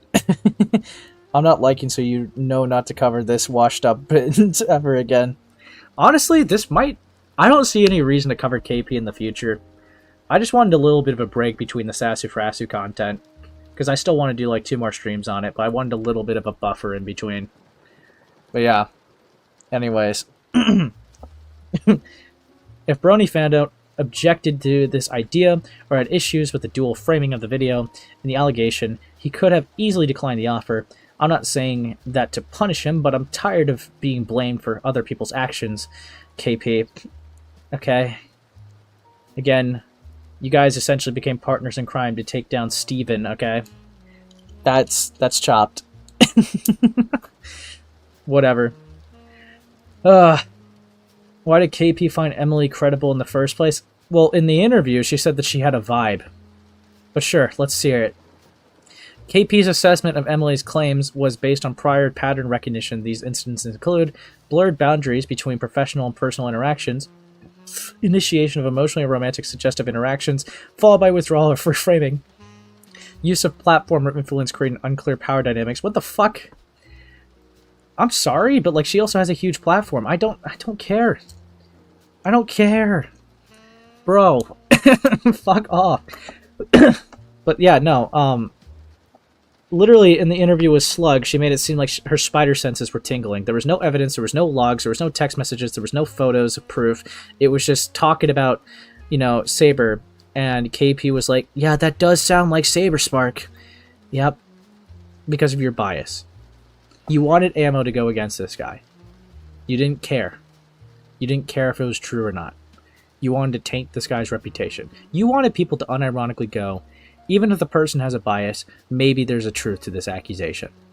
But Saber is lucky that he responded fine and that everyone just was like, okay, this is dumb. These were false accusations. He is lucky that that happened that way. But yeah, no. Dude. Read this in a KP voice or else. You know, I'll read any KP DM in KP's voice, and I'll read Lio in the country voice again. Also hidden. You could say hi, but I know you're too afraid. Additional note. Oh boy. Consistency between Emily's account and KP's prior personal experience informed how the claims were interpreted. This is not a statement on the objective truth of the claims, but rather an explanation of the patterns that made them appear plausible with KP's understanding. Bro, potential statements by KP referring to the allegation as spicy were taken out of context. This was shorthand language used privately by KP and functioned as a coping mechanism. Oh, fuck off. Fuck off. You were literally saying we're about to kick some pedophile and rapist ass tomorrow. Okay, like, fuck off. Fuck out of here with that. Okay. Using humor to process discomfort, not as a reflection of how the situation was misunderstood or taken seriously. Dude, I don't... Fuck me. Additionally, the argument that KP was promoting the project for attention overlooks the manipulative private attempts to prevent unnecessary exposure and does not account for the efforts made to handle the situation with discretion. The idea that I would promote a sexual assault claim out of maliciousness, real good word, validation, jealousy, or attention is disgusting, KP. But everything... See, your actions read, right? Your actions read as someone with... with malicious intentions. I'm sorry. I'm sorry, dude. That's why people read it that way. Oh, you know what? Let's have malicious meth on here. Yeah. Yeah, buddy. You're live in front of 1,000 people. What's up? Ugh, I love that for me, honestly. Yeah, so... Dude, how is, what are your thoughts on this cool KP safety report? Oh, I fucking hate it. Like, unironically. I went through it, obviously, on my own stream, duh. Yeah? It's really, really funny how, like, 80% of this document isn't about KP. And then the 20%, oh, sorry, about Lio. And then the 20% that are about Lio don't fucking matter. Like, spoiler, right? You're gonna have a section where she speculates on my friendship with Lio. Right. And being like, oh, it seems like they have a working relationship because Hidden drew thumbnails. And I'm like, ooh. We're friends, question mark? She might be on I you. literally modest. Yeah, I was just like, okay, girl. You know what? You do you. My favorite is, everybody misses this on stream, so I'm gonna spoil you with it. At the end of the doc, in the humanity note that she makes, she literally says that she understands that this must be a difficult time for me and everyone involved. And I'm like, yeah, real difficult, huh? Sure. Sure. So, how did you ever become, like, how did you, meet KP and, became mod status and all that, and that went down? Like, how did that timeline work out? Oh boy, I mean, she speculates on that in the safety report as well, so I guess it's a good time to clear it up. So what happened was that I was one of the only people when she first released her stupid video that was willing to give her grace, right? So Sure. I was being a little bit nicer about it. I said, hey, everybody makes bad videos, right? Yeah. Maybe she just fucked up. And that led to somebody named Junkfish, who at the time was in contact with KP, going to KP and saying, hey, if you ever need help with this, why don't you talk to Hidden? Hidden has a good head on her shoulder. She might be able to help you get through this. So that was what led to KP sending me a friend request and me accepting, and then we spoke a little bit back and forth, tried to schedule a call, never managed to, and then she also made me mod in her server to help her with any blow-ups that might happen, but luckily nothing happened at all. And so when I was making my Courtney video, I reached out to her again because I wanted some information on a former mod of hers, and Right. realized that I had ghosted her for like months on end. So I was like, oh, that's really fucked up. How are you doing? Like, are you okay? And then she said yes. And then we managed to schedule a call because she wanted my help. We talked, which is the call that a lot of you people have heard before because it's on my channel. And I realized that during that call she lied to me like a motherfucker. So I switched and haven't talked to her since. And obviously now I have criminal charges, but you know, accidents happen. Yeah. Yeah. Yeah, and you definitely made a private Discord server's day though with that whole situation. But no. Oh, Yeah, what can I say? Death to the cow and so on and so forth. yeah, dude. Fuck. So, I see. Fair enough. I mean, it does seem really like, not to say that there's no reason to like, because I guess there was a recorded call that did get leaked or whatever, right, and put out there. Yeah. But it's like, her vindictive nature against you just feels very bizarre. Like the extremes that she went, it's like you leaked a call. Like it's not, you didn't do anything It's fucking not that mental. deep. Yeah, so Yeah. It's I think part of it has to do with the fact that she says this in the safety report later as well, but she recognized very early on that she can't hurt people that are in the US. So she specifically targets people in the UK and the EU where Right. laws are stricter. So I think she recognized that with the DMCA strike, she had an opportunity to go at me.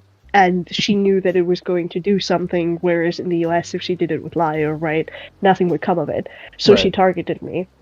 Problem with that is, I don't think she expected it to get as big as it did when I asked for help.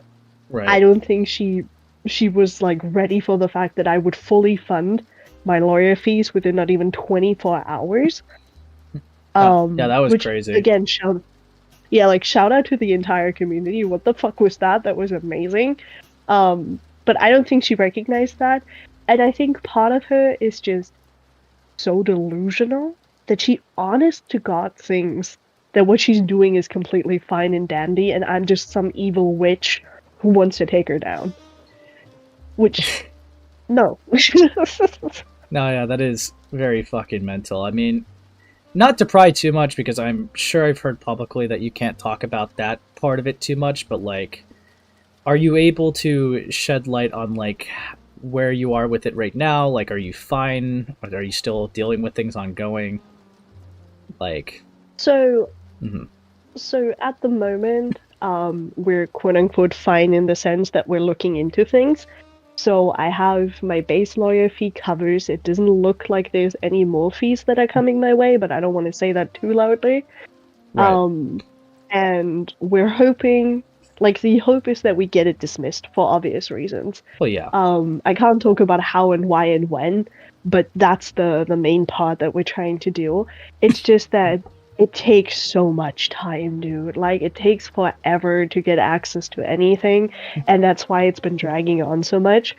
But obviously, we're hopeful. I'm not in Right. jail yet, so, Damn it. Fuck. close enough.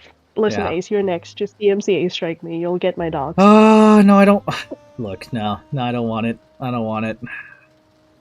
I've seen BK server leaks, okay? I don't need anything else, okay? I'm Well, fine. fair enough. No, Just, but just fucking kill me. It's okay. nah, you're fine. You're fine. You're fine. I mean, yeah. I mean, hopefully, now. yeah. I mean, hopefully everything goes well in that regard. So Yeah. I mean, do you like plan on like when everything's resolved, right? Do you plan on like making like a video to like talk about the process if you can, or like letting everyone know that you're Oh, fine? absolutely. Yeah. Oh, absolutely. Like, obviously, I plan on updating people whenever there are updates that I can talk about, right? Yeah. But also, at the end of it, I really like if I come out on top. God forbid the idea of it. I do want to make a video because I really want to highlight just how insane she is. Like, it's an insane response to a leaked Q&A script and a leaked call to go, oh, I'm gonna take your docs and I'm gonna report you to your local police station. Like, that's insane work. Honestly, if she's using the platform like that, I would unironically go as far enough to say that she doesn't deserve a channel if she's using it like that.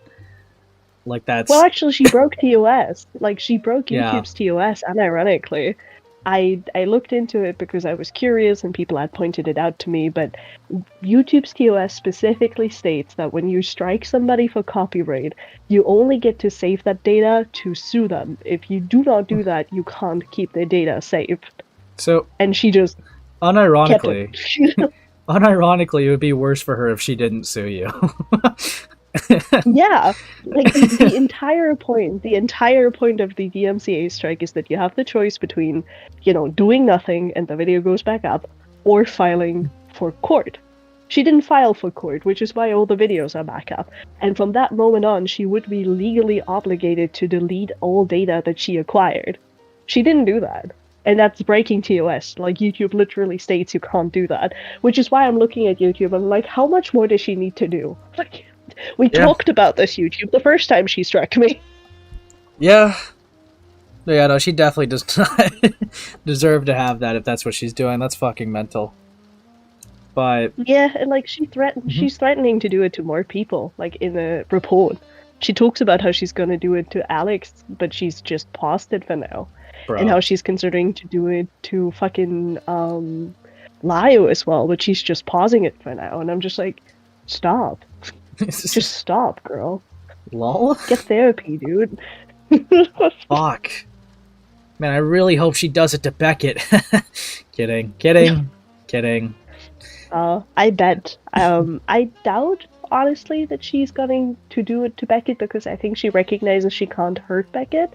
But she recognizes that she can't hurt me, and she knows that she can't hurt Alex because both of us, we're small creators. And it's not like I have a team of lawyers that's ready to beat her ass, right? Right.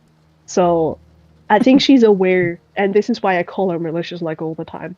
I think she's aware that she can hurt us more, and that's why she's targeting us specifically. Well, I know a good content creator that, knows some law stuff. You should probably hit up Ponder Sprocket. I don't know, she's pretty niche. Oh my god. No, I guess we're not gonna talk to Ponder Sprocket about this. Sigh. You're running. Men, I swear. Sigh. Well, hey. I am going to continue this safety report. Is there any last words you would like to, get in before I kick you in the face? I mean, out. Haha. Yeah, fuck KP. That's all I have to say. Bye. Have a wonderful night, Hidden. Bye. Bye. That was Hidden Heroin, everybody. Dude, honestly, yeah, I'm not gonna lie, right? I know some people have their issues with Hidden or whatever, but that was just fucking mental that KP would do anything like that. Right? Like, that... that I would think that you could actually stem an argument of, okay, probably deplatformation if you're going to use the platform like that. Right, we're not talking about having bad takes here. We're not talking about, sending your audience to attack people. We were talking about illegally saving docs information just to be malicious later with it. Alright, that's mental. Okay? That is actually fucking mental. But yeah. Anyways. Ugh. Anyways. Shall we continue? Oh, what's up, Edwin? Oh, what's up, Pinker? It's been a while. Dude, as a reminder, guys, if you reach the goal, we will go over a random KP video as a beautiful derail from this stupid safety report. But anyways, let's continue. Yeah. The assumed expectation was the information would be publicly available regardless of her video. Yeah, you already said that. KP on this, man, if I knew including Emily's testimony in the video would question the ethics of the rest of the thesis in the video, I would obviously not have included it and let it stand on its own to overcomplicate either issue. There's a lot of things I learned from this whole experience. Additionally, according for potential communication gaps early on, it's important to note that on April 8th, 2025, Lio was provided with an incomplete render on the project specifically for feedback purposes. Okay. Yeah, sure. You provided Lio with something, and it was for feedback purposes. Like I already said earlier, it would make sense, right? It would make sense to give to people that are critical so that, you don't have the potential friendship bias if you were to have it, right? If you were to go over it. I still wonder where she's supposed to get that money from. Suing is expensive. True. But yeah, we continue.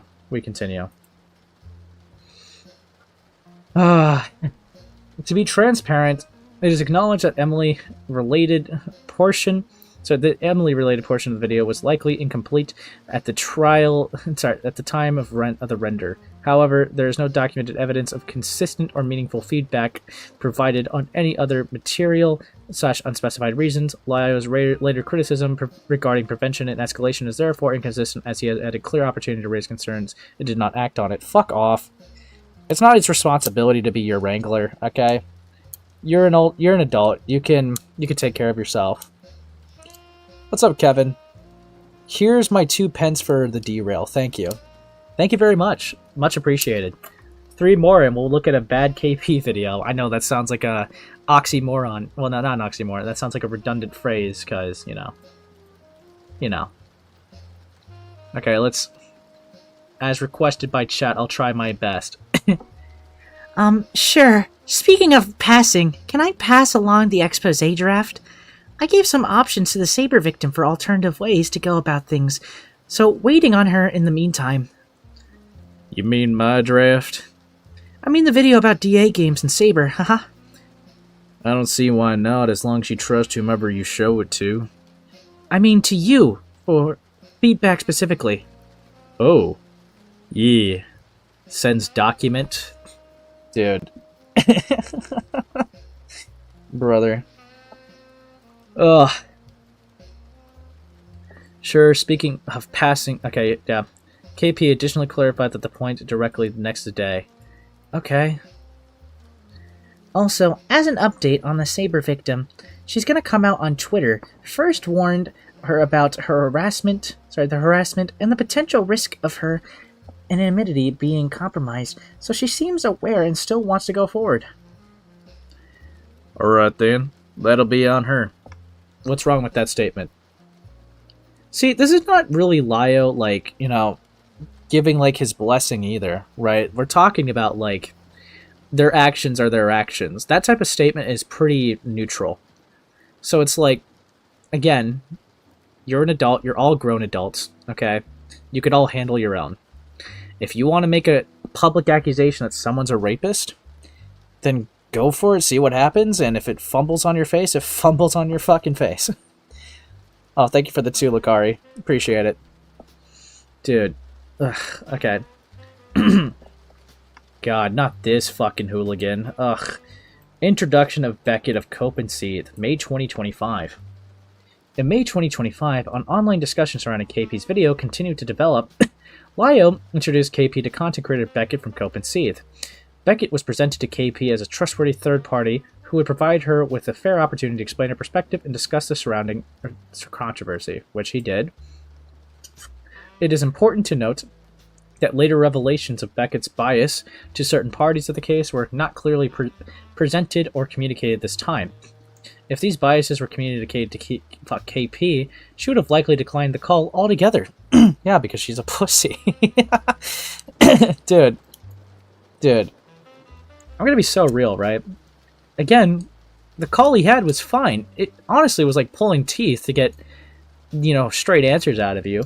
Because you kept dodging questions and didn't want to be honest, but whatever. Whatever. Let's blame Lio for you talking to Beckett. Okay, let's blame that. Not, not, you just doing a bad thing and someone not liking that you did bad thing. Whatever. That's so stupid. During this period, an audio interview related to the first Shaming the Saber Spark video was recorded. Both Lio and Beckett were present on the call alongside KP. KP does not currently possess a copy of this recording, therefore the audio itself will not be shared or cited directly within this report. The following screenshot shows Lio first bringing up Beckett. Could you not have asked for a copy of the recording? Or better yet, if you're getting interviewed, why not record a copy yourself? Are you fucking kidding me? Dude. Like, what? What are you on about? The fuck? What an idiot. Fuck. I didn't want to go to the next page yet. Fuck. Someone wants to talk to you about all this. I truth this person. He needs to be ran through the timeline. Sure. And then we go to the next page. Fuck! Why does he keep doing that? That's actually going to piss me off if it keeps doing that. Low-key. According to KP's recollection of conversation, Beckett asserted that Emily Jones' sexual assault allegation against Saberspark was false, relying primarily on statements obtained from direct sources' interpretations of Emily's prior online behavior. As discussed in the Barbie report, these factors alone are insufficient to objectively ignore or disprove a sexual assault allegations, which typically require formal investigation or legal adjunction, which you guys refuse to do. Additionally, labeling an allegation false without due process, such as a proper review of evidence, report to authorities, or formal investigation, can create a broader harm. Okay. You could say an allegation with no basis, if you really want to get technical and semantical, KP. Alright, now, I'm sure the argument for false accusation is because, with a bunch of circumstantial evidence, you could be led to the conclusion that there was malicious intentions. And also, right, that would be one thing that you could say. A second thing you could say is, with the story presented, it's just not rape. With the story presented, it's just not SA. So, you're going off of her own words, and even using her own words, you could still deduce that what happened was not what's being claimed. So, again, you could bitch and moan that there's bias, which is rich coming from the person that wanted to use this purely as ammo to go at Saberspark. But the problem you're going to bump into is the story just doesn't check out with the labels it's attributing to, making a public spectacle out of regretted sex experience. Alright? And you guys made a bunch of stupid fucking arguments when tailoring the response. So you want to talk about a bias? How about, making edits and tailoring a victim's testimony, huh? To better suit your argument. Dude. A, she's not going to talk to Becky for a copy of the recording wall. She could have at the time. Obviously now she's not. Right? But whatever. Could have even asked Lio, because, dude, if we really have to do, the fucking telephone game, when she was still on good terms with Lio, she could have asked Lio, and Lio could be like, hey, can I have a copy of the recording that I was involved in? He could have been like, oh, yeah, sure, and then he could have passed it along to her. Like, the fuck? Dude, come on. Come on, dude. I'm not going to pretend that there's no way that she could have attained it. But yeah. This contact can lead potential victims with similar experiences to question their own situations, reinforcing doubt and discouraging them from seeking help, reporting, or engaging with established trauma research. What I will say to this is, if you think the bad thing happened to you, yeah, try to handle it legally, right? But if Emmy unironically thinks what happened to her is rape and SA, is it really a bad thing to say, hey, that's just not what it is, and explain what it actually is? Is it really? Because we're talking about victims with similar experiences. Similar experiences to regretting sex after you did it? That's not a victim, that's just a bad sex experience. That doesn't make you a rape victim or an SA victim, the fuck? That doesn't work here. You gotta make your standards very clear and solidified when talking about stuff like this. And that's just not what it is. But I digress. Yeah. This ain't Marvel Rival, this joke's getting old, lol. What joke, Gulps? Ugh. True. These reports do not determine guilt or innocence by any part, but underlying lack of objective evidence in an official legal capacity. KP recalls that framing of the discussion led her to feel that she had been misled or manipulated into platforming Emily's claim, suggesting that Emily's motivations are malicious or personally retaliatory in nature rather than rooted in a legitimate allegation. Again, you take her actions and it doesn't look like one of true intentions, okay? If she really wanted to, why did she hide who she was? You know, for a reason I'm pretty sure I remember hearing was because, well, I didn't want to be instantly written off because of my controversies. Haha. Dog, that's just suspicious. I'm sorry, that's suspicious. Okay? That's chopped. Unironically. But yeah, we continue. This framing significantly influenced KP's understanding of the situation all the time, leading to KP to privately question Emily until KP conducted her own research after the conversation over the course of the summer of 2025. Wouldn't you do that anyways? The fuck? Oh, you guys made her do research into the claim she was going to platform. I'm astonished. I'm astonished. Like, yeah, you're supposed to consider that. The fuck? You don't just instantly believe a story because it's given to you. Okay, especially if you're going to make it a public accusation. The fuck? Are you an idiot? Like, fuck me, man. Ugh. I think this alleged victim played you. I'm going to prod them and see what they do. Okay. While it's important to acknowledge the seriousness of Emily's allegations and the legitimate complexity involved in discussing such claims publicly, the concerns raised in the conversation to KP's recollection shifted towards definitive character judgments regarding the claimant and the circumstances surrounding the claim. Yeah, because the alternative, KP, would be that you were malicious and used it as ammo. So either your options are, you are a retarded Down syndrome troglodyte that just took this story because you at face value with no evidence because of a fucking spider sense, or you didn't care if it was true, you just wanted to taint Saberspark's reputation. You can't have your cake and eat it too. Okay? It's one or the other. Fuck. Sorry. Got a little emotion. Kidding. I don't care. The approach emphasis conclusions about motive, such as assertions of malicious intent or deception, rather than maintaining a position of evidentiary uncertainty. The discussion then focused on assigning credibility in absolute terms. If the concerns had been presented through a framework of caution, acknowledging uncertainly potential risk, and the need for careful handling, the resulting dialogue may have followed for a more balanced and constructive exchange. I remember sitting in that call crying, thinking I had been manipulated into platforming someone with an agenda, but once I did my own research, evidence seemed to point to more complexity. In hindsight, I understand the concerns with platforming something serious, but the issue here was how character framing was used to automatically dismiss Emily's claims, KP.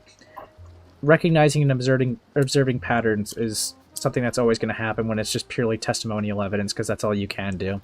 Okay. That's just how it works, bro. I'm sorry. I'm fucking sorry, bro. That's just how it works. Please note, if a full recording of the call between KP, Lio, and Beckett is released at a later time, KP did not consent to this publication? No, you don't get to do that. You don't get to do that. No. No. Because if you're consenting for an interview to be used for a video, then yeah, the raw call might as well just leak. Okay? No, you don't get to fucking... See, this is why... You're doing the same thing Emmy did, unironically. You're resenting consent. Because you don't like the person. No wonder why you blindly believe these. And are perfectly fine with the standard. Because what the fuck do you mean? The release of such material may be legally questionable and may function to redirect attention away from KP's recollection of events and should be evaluated within the broader context. So what, I'm supposed to just go off of like how she wants to frame the narrative? Yeah, you might as well just leak the call if there's lies in this docket. The fuck? Fuck you. You don't consent to the truth being out there? How do you think that makes you look, KP? How do you think that fucking makes you look? That the raw truth would be publicized and you don't consent to that. You'd rather your own spin on the narrative be still there. What a fucking idiot. Like, this person's fucking mind-blowing, dude. But yeah. Why did... Dude, you're still on this. Why did Lio introduce KP to Beckett, and how did that dynamic shift over time? Answer. Taking everything into account, Lio's introduction of KP to Beckett may have functioned as both an attempt to reduce credibility damage for both KP and Lio, as well as a way to redirect communication involvement away from Lio and towards a third party. Really? Sorry, you're the one who platformed the false accusation. You're such a fucking snake. Why did they, get me to a person that was going to be critical of me? The fuck? It's probably because they're trying to get away with something. With what? Telling them to do a police report? Fucking idiot. You fucking idiot. Over time, as Beckett's approach appeared to become more aggressive or less controlled, there was no clear indication that Lio intervened or challenged that behavior. This behavior might imply that Lio had potential hesitation to challenge Beckett. Why this raises concern? The fuck off. Actually, fuck off. Yeah, this person didn't defend me against this associate, meaning that they're perfectly fine with it. Dude, I'm kind of tired of people like that. I think anyone that's like that deserves to get fucking bit. Because, okay, look.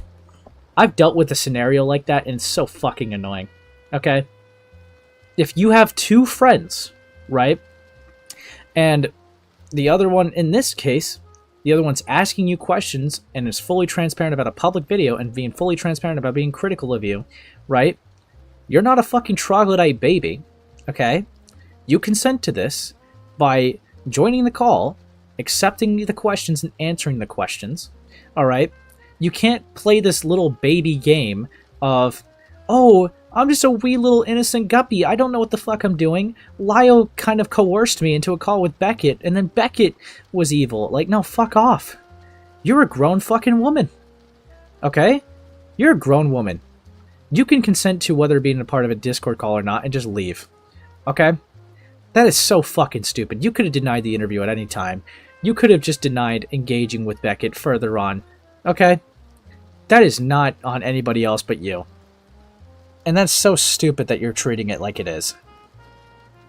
Fucking idiot. Dude, we're not even like in a dent in this document. Fuck me. Ugh. If one individual introduces another into a situation and then steps back while the third party takes a more active or escalatory role, it can create ambiguity around responsibility and oversight. In this context, KP's interaction shifts from one party, Lio, to another, Beckett, while the original point of contact does not appear to re-engage or clarify boundaries.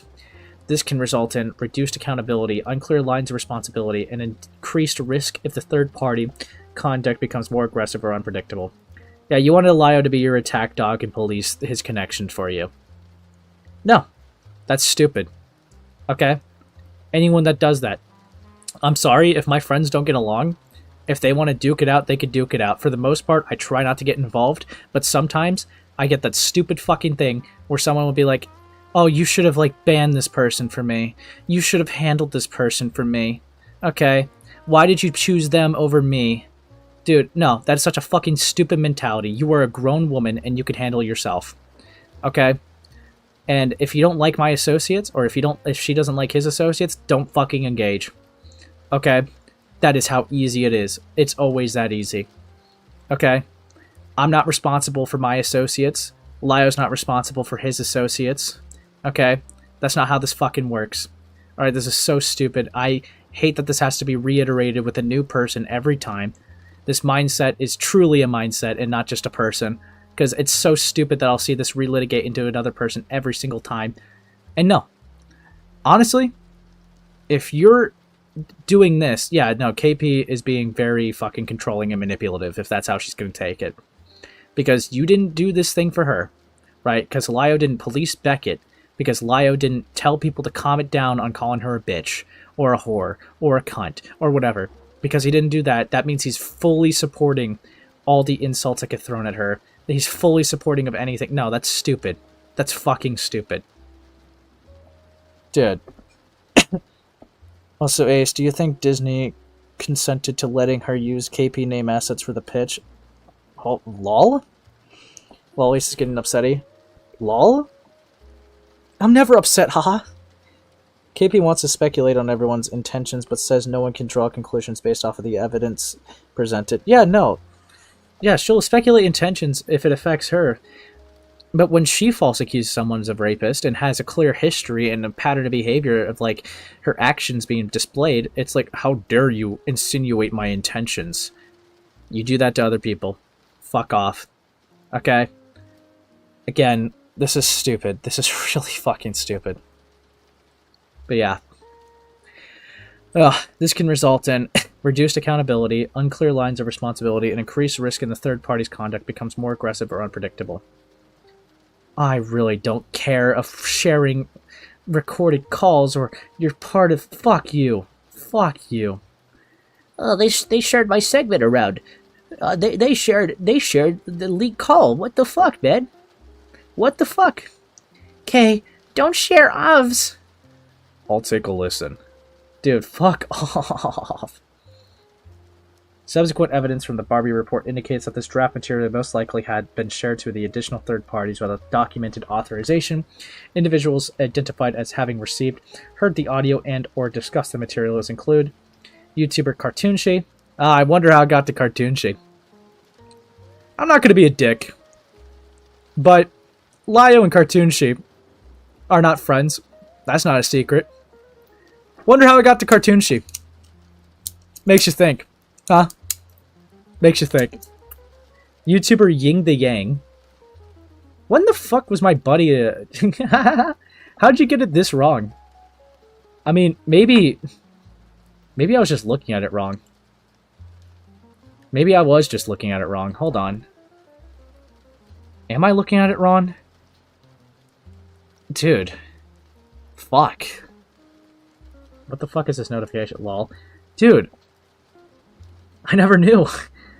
You know, the more you know about some people, bro, the more you know, the more you learn about someone. Dude, fucking hell. I can't believe Yen held that back from me. I guess she just wasn't comfortable sharing her transracial identity with me. Fuck. Fuck. Beckett associated with the channel Cope and See. Do you have to keep saying that every time? You're upset when women are mistreated. True! Ace taking the flag risk. Gulps. It clearly says Yang the Young. True. There's only cases that mentally ever make sense if your friend is a pedo, or if there is really bad hardcore racism, even then. Yeah. Dude, this is so... This is so stupid. Below are screenshots acknowledging this. Okay. Ugh. For legal reasons, I will refrain, but no, it's not Mr. Horst Lamau. And to everyone who is in the know regard reading this, yes, I am causing problems on purpose, and you should probably not keep that audio to yourself because it's really funny, but again, legally nothing is happening at all, and I'm just being a prick. Salutes. Because I keep forgetting that reading comprehension is dwindling in the year of our Lord 2025. I'll reiterate that no is not misanthropy, Laval. Leave him alone. Bro. Then we got Beckett. Dude, how do you say Ying the Yang? It literally tags Yen here. So at Yen the Yang pointed out something in her YouTube short. Audio of KP's August draft is out, so thought I'd make an edit so you can hear this in her own voice. KP's been crying in DA games of using legal threats to silence her, but she has no issue doing it herself. Pathetic, Lamau. Actually, I do want to rewatch that. Which short is it? I knew that she did make a short. Yeah, right here. Oh fuck! Nope, not that one. Why is it being gay? All right, let's watch the short. It was originally just going to be a regular tweet, but as I was writing it out, I was like, fuck it. Let's just make this into a little mini video. So, hey, ILoveKimPossiblealot. Given you love to talk about media, and given your critique on it, using clips from media such as My Little Pony and other sources, I would say that's quite fair use. And good on you, but when people criticize you, suddenly that's a problem. And I find that really, really interesting. So, with that in mind, I think you would understand the importance of critiquing media and preserving media in the form of archives and talking about it in the form of transformative content. So, the next logical question I'd like to ask you is what the hell are the multiple strikes on multiple creators' channels in the space? Of course, we have such creators such as Fauci from the Op Block, where you decided to do a copyright strike on his channel for covering your content. I think that did get repealed. Like, I think all the strikes did get, like, undone. But, lol. Do I think this was out of a place of genuine concern for copyright? No. Deep cut. Clearly, he was involved in the investigation towards Saberspark and yourself, meaning that you would have had a closer eye on them, thus leading to you copyright striking them out of spite. And of course we have Hidden Heroine, who posted your Q&A that you made and sent to them. And I know how much you hate NDAs, and Hidden was under no obligation to keep such information private. Right. So I'm sure you can understand why they would post such a thing. Of course, the next one on the list would be the channel Cope and Sieve, who has done several videos and streams covering your controversy and the Saberspark drama as a whole. And of course, the same also applies here, where the content itself is fair use, it is transformative, and you have no right to abuse the YouTube copyright system. Now, I'm sure there are other channels that have been struck as well, but of course... I believe Internet Adjacent was actually one of them, actually. See, the quickest way to commit career suicide in the commentary space is unironically false striking. That is like a unanimously agreed upon thing that is bad. And anyone that says otherwise is like either rage baiting, or there's going to be like extremely niche cases of like, let's say for example, right? Well, no, for false striking, no, there's not going to be niche cases where that's okay, to be very clear. There's cases of using the striking system properly, sure. False striking, no, because it's just abusing TOS, and that's not great. No one really supports that. But yeah. Hey Ace, remember my Sasu own? You gotta read that. I might save it for the Sasu stream, to be honest, ready. But yeah. Dude, fuck me. Of course, you have also decided to strike mirrors of your original upload talking about the Saberspark drama. I don't even think I need to say anything at this point, I'm just gonna use your own words against you. To be honest, I'm just exhausted of people talking about me without me having a way to respond. And DA Games, they loved me. They sent me 3 legal requests, including 2 they used dummy accounts to send me. Pause to read if you want to. So they see more focus in silencing the people that actually had criticism than addressing and correcting the actual criticism. It seems that Lol. KP also has an issue when people are being silenced, and instead of taking accountability, they are trying to hide the evidence of their wrongdoings or their past mistakes, Yen kind of just laid KP out, I'm not even gonna lie. That's cooked. instead of correctly addressing it. So, Yeah, no, Yen just kind of like fucking laid them out.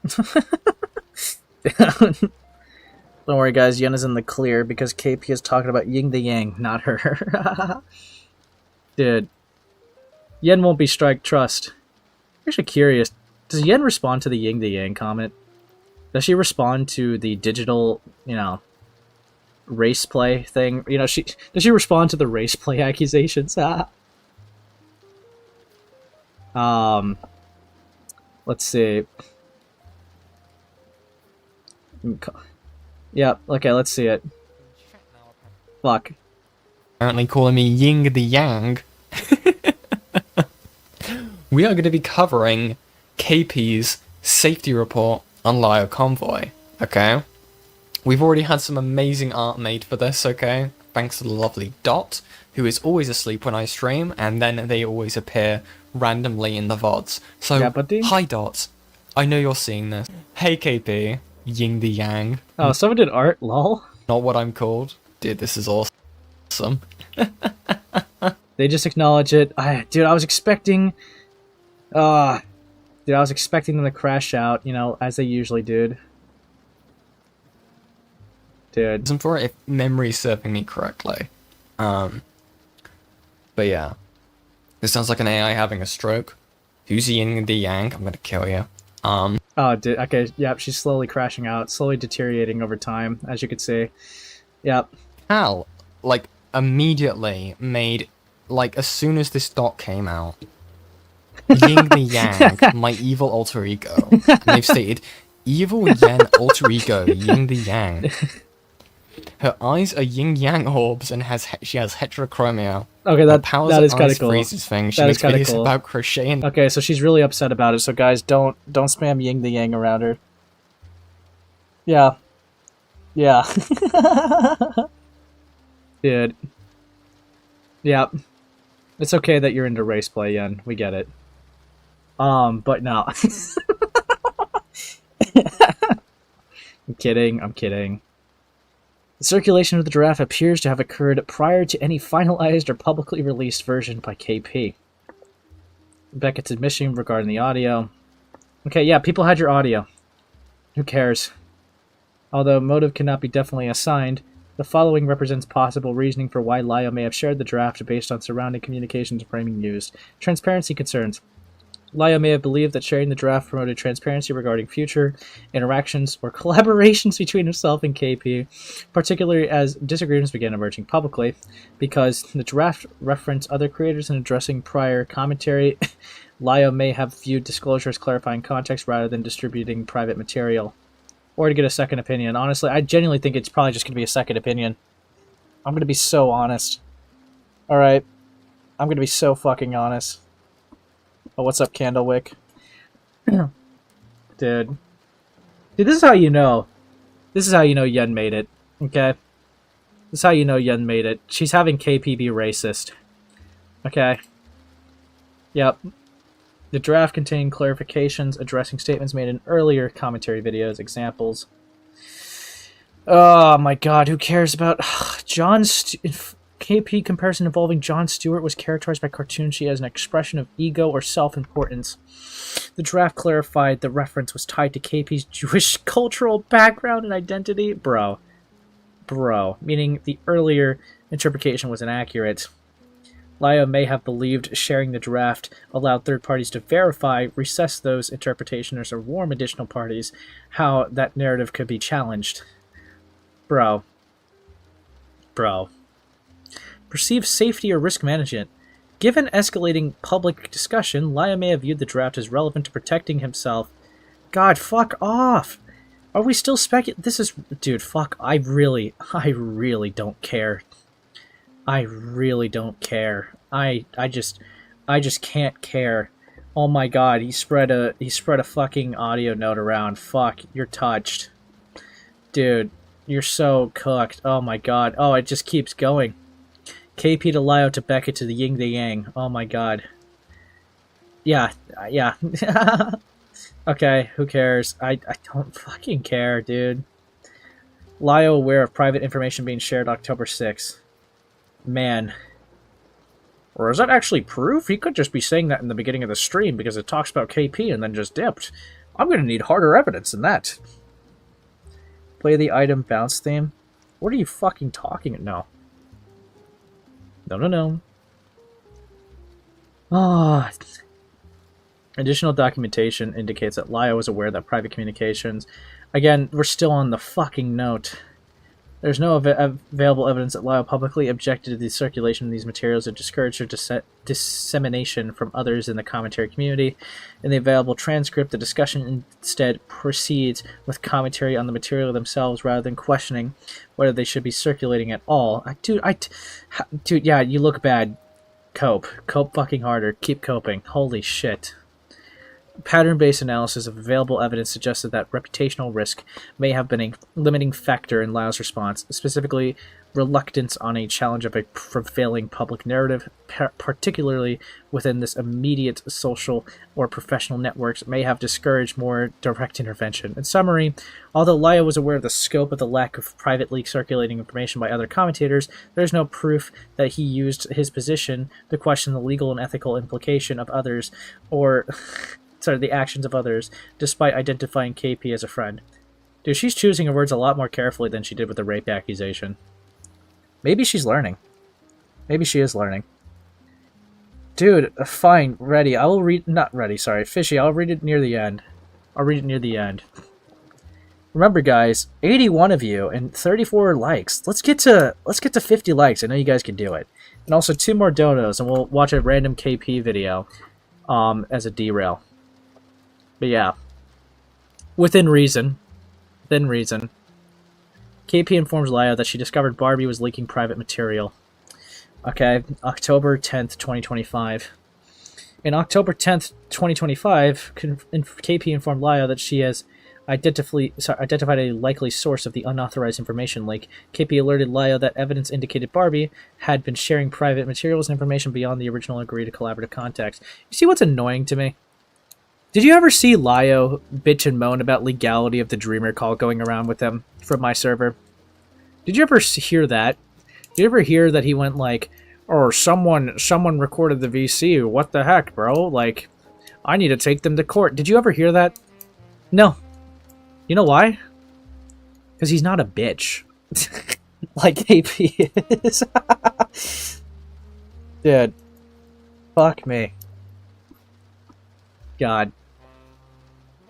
The communication served as a direct notice to Lio that confidential materials previously shared and trust were circulating through third parties without KP's consent, raising concerns regarding privacy, scope of use, and potential misuse of privately shared content. You know, I did forget that Barbie did have one too. I never was able to really go over that one. No issues with Barbie really. With it, it's just there's a lot of KP content I kind of missed, including like the hidden stuff. But yeah, no, dude. God, fuck me, man. Fuck me. Ugh. Alright. I see. The person you're remembering me referring to wasn't hidden. It was Peaches, and that was 2 years ago. Apologies.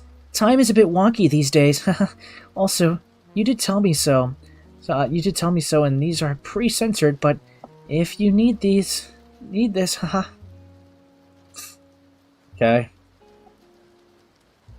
With the combined timeline in mind, and his own sharing of private material, it is now understood that Lio was aware that the script assets via Beckett were being shared. Okay. Essentially, although Lio acknowledged that KP independently identified Barbie, he failed to disclose that he was the individual who originally verified the script to Beckett in the first place. Okay. I'm sorry, dude. I just can't really bring myself to care. I really can't. Dude. This is so cooked. Or I'll tell them what you did in the Kmart on 1/26/2020. Don't worry about it. Okay, then we got their response. Breakdown of trust in direct communication. When prior knowledge or involvement existed, the absence of disclosure, particularly when KP later identified the source independently, resulted in KP having to reconstruct the situation without direct clarification. Lack of transparency in handling sensitive information. When material is vetted or treated as credible, there is a reasonable expectation that this context is disclosed, especially when the same material becomes part of public claims. Asymmetry in information and response. The presence of an undisclosed context followed by minimal or non-substantive response once the source was identified creates an imbalance where one party is operating with less information about their own situation. Impact on a perceived good faith engagement. Presenting evaluative of critical commentary while omitting one's own potential role in addressing the same material may be perceived as inconsistent with transparent good faith communication. Dog, let's see. Actually no, like I want to see where Lio gave like his little stamp of approval, because that has still been failed to show. Brother, dude. Whatever. Anyways, KP sought clarification from Lio after becoming aware that YouTuber Hidden Heroine had published a call involving her without her prior knowledge of consent. Okay, and this is what leads KP to illegally get docs information. And the only things that she could do is use it. She illegally have it or sue, I guess. Great stuff. Great fucking stuff. Hey, I think we need to talk. I'll have some time tomorrow evening. Why would you let me talk to Heroine if she's going to leak a call? What? Why would you let me talk?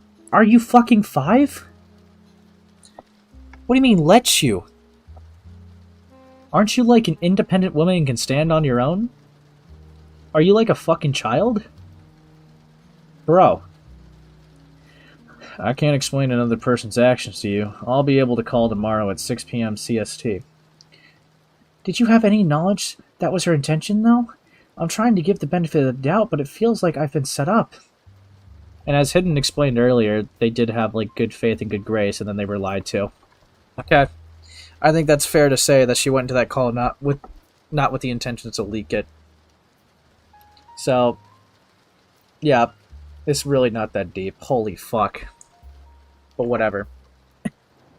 Yeah, and then you just read out these things again. And again, okay, so you're saying you don't have evidence. Great. Great stuff. Great fucking stuff. Beautiful safety report. Not biased, by the way. Okay, so we're almost 30 pages into this.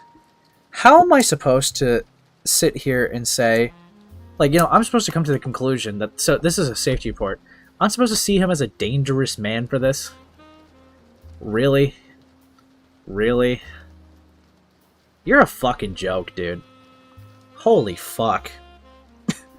To be fair, she is seemingly an age regressor who eats chocolate until she pukes and pees herself. She might be mentally 12. True! True! Dude. I've seen VR chatters with more maturity than this book. Dude, okay, then they post whatever. Lio calls KP immediately before KP adds Hidden. Okay.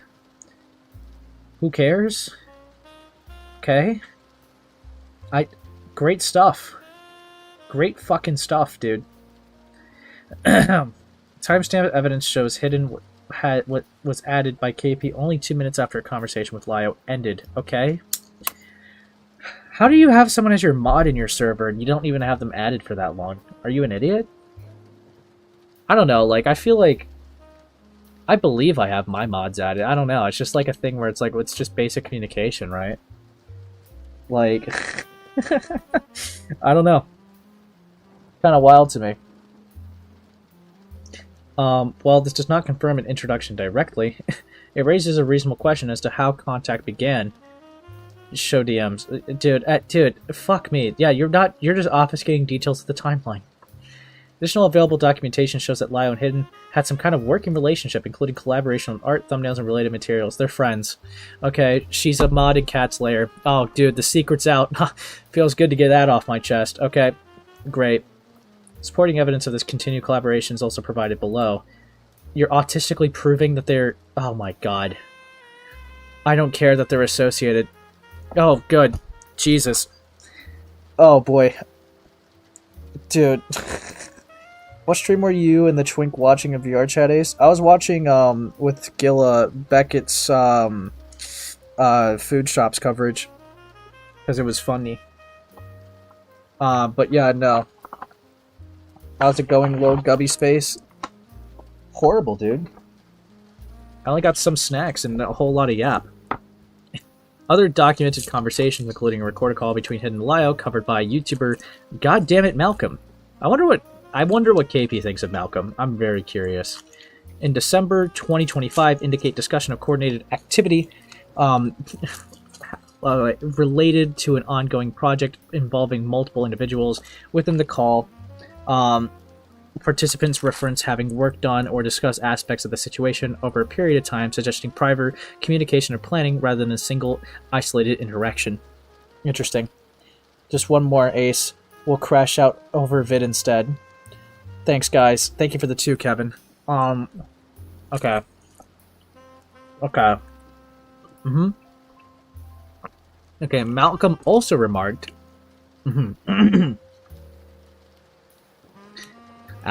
Lio and Hidden said collectively that they had worked on a recent project for weeks. And something that I want to make very, very, very, very, very clear is that I think that Lio is orchestrating all this behind the scenes. Interesting. I think that Lio knows that he's under intense public heat right now.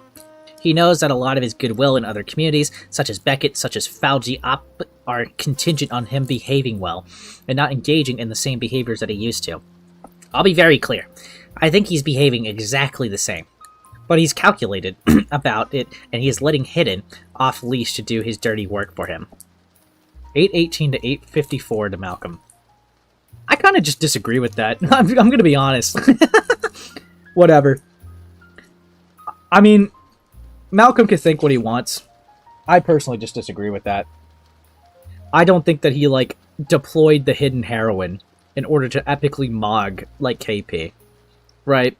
Because that is, like, the implication of that. Maybe being knowledgeable of what's happening behind the scenes, I could probably give that.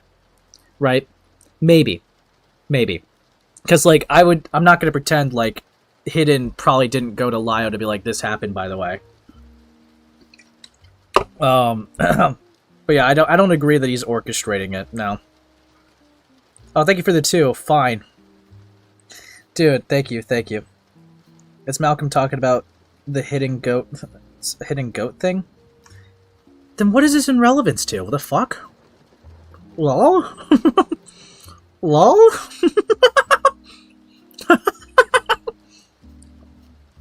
Wait, then that makes even less sense. So wait, okay. Because when you say hidden goat thing, I thought about the private Discord thing. If you're talking about the stage, I've talked about this before. Yeah, thank you for the goal. We'll look at a video in a second. I've talked about this to some people before. Lio genuinely, right? Lio genuinely did not do that much of research. He just let his mod team do it. There are criticisms to have with the stage, sure. If you want to have that position, I won't stop you from having that position. But it's like, yeah, the stage wasn't perfect. But it's not like he deployed hidden heroine to do his dirty work to get Goat Kato out of the community. Right? Like, Hidden was doing research into some claims regarding Goat, right? And they were looking into the Nazi claim. Alright? And because of that, other allegations came up about that old situation. And that's why the stage was made, that's why the stream was gone over. Okay? And she did it as a public awareness, even though I think that, could sound gay. That is that is the reason. If I recall correctly, that it was like a public awareness to let the community know that Goat is this type of person. Okay?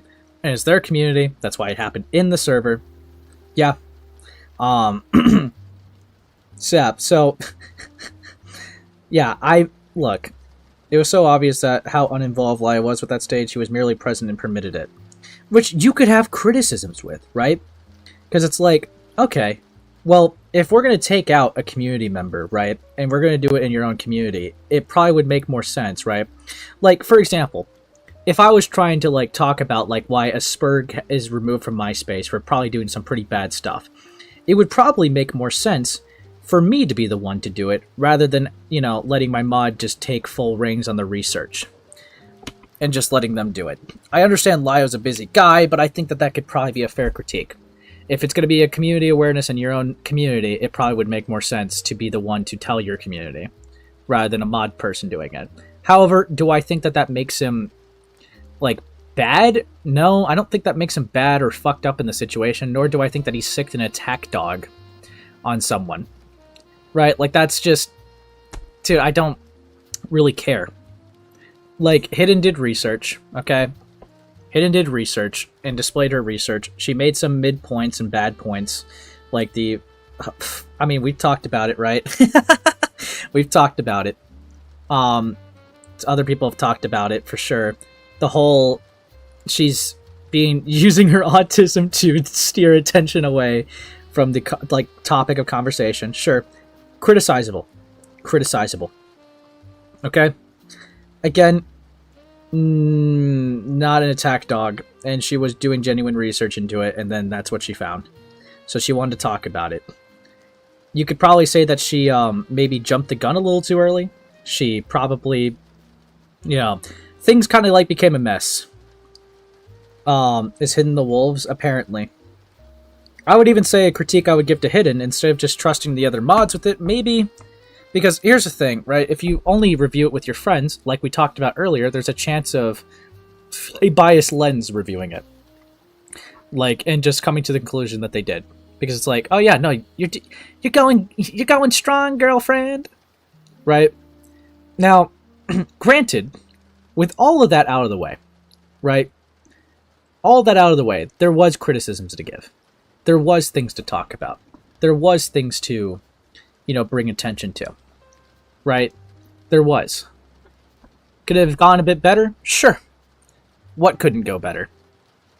But it's really weird that this quote is being used here. If it is really referring to, right? If it is really referring to the, the stage from November 15th, right? It's really weird that this is being used in reference to talk about KP stuff. Because it just doesn't make any sense. So, yeah. Yeah. You can't criticize him for being involved yet not involved at the same time. No, it's genuinely mind-blowing. Because I do know, at the time, he didn't really do much, Lio didn't look into it, really. He just trusted his mod team would be competent. Which, again, you could have your criticisms, but he didn't, sick people, right? A person, if I remember correctly, went to him, said the docket, said their intentions, and to be honest with you, right, I'm going to be real. If a mod came to me, right, and said, hey, here's what I'm doing, right, I'm looking into this person, I fully intend to talk to them about the things once I get my ducks in a row. What's wrong with that? Right? What is actually wrong with that? We do that in commentary all the time. We look into people, we find things worthy of criticism, and we just talk to the person about it and say our actual thoughts. That happens quite frequently in this space. The problem why things got out of hand is because, unironically, no hate, but I think Vlad giving a heads up, I think gave them time to run. Right? They ran from the space, and because they ran, then the stage happened. Now, I don't blame Vlad for necessarily doing that. They kind of had a dynamic that anytime people were talking about them, they would just let each other know. So of course, naturally, he followed through with that dynamic. Which whatever. But I think because, Goat had that heads up, they did run from all the communities. They left from my server, they left from Fauci's, they left from Beckett's, they left from Lio's, all in the same time. And they try to frame it like, oh, I was just leaving the ACC. No, you knew what was going to happen. You left cutoff messages to 2 people in specific and ran to Malcolm and Aiden's community to change the narrative to hope that they could be on your side blindly. And that just didn't work out for you. But, yeah, Lio literally doesn't need Hidden to be his attack dog. He made a video about Goat after he was doing actually public. Yeah, I mean, honestly, I just think it's a case of having too many stories to deal with and trying to divide the work. I don't think it's sicking an attack dog on people. I don't think it's, I don't think it's coordinating everything all the time. That's mental. That would be a thing I would disagree with. I don't think it's a coordination. I think someone came to him and he was like, okay, you do that. But yeah, things just kind of happened and became a mess.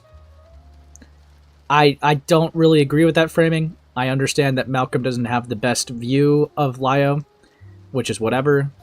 I mean, that's kind of just downplaying it. The guy called him a spiritual pedophile, right? Malcolm does not like Lio at all. Along with a bunch of other labels. But I find it interesting, right? I find it interesting that KP is trying to judge the assessment of Lio's character by intentionally taking the detractor's word. But we can't assume intentions, guys. We can't assume intentions. But is mad when people do it to her. It's kind of interesting to me. Very, very interesting. But, yeah. I know I don't really talk about that one a lot.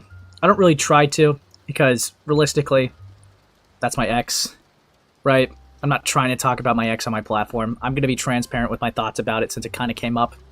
But, yeah, I'm not getting into it too much. But you guys did meet the goal.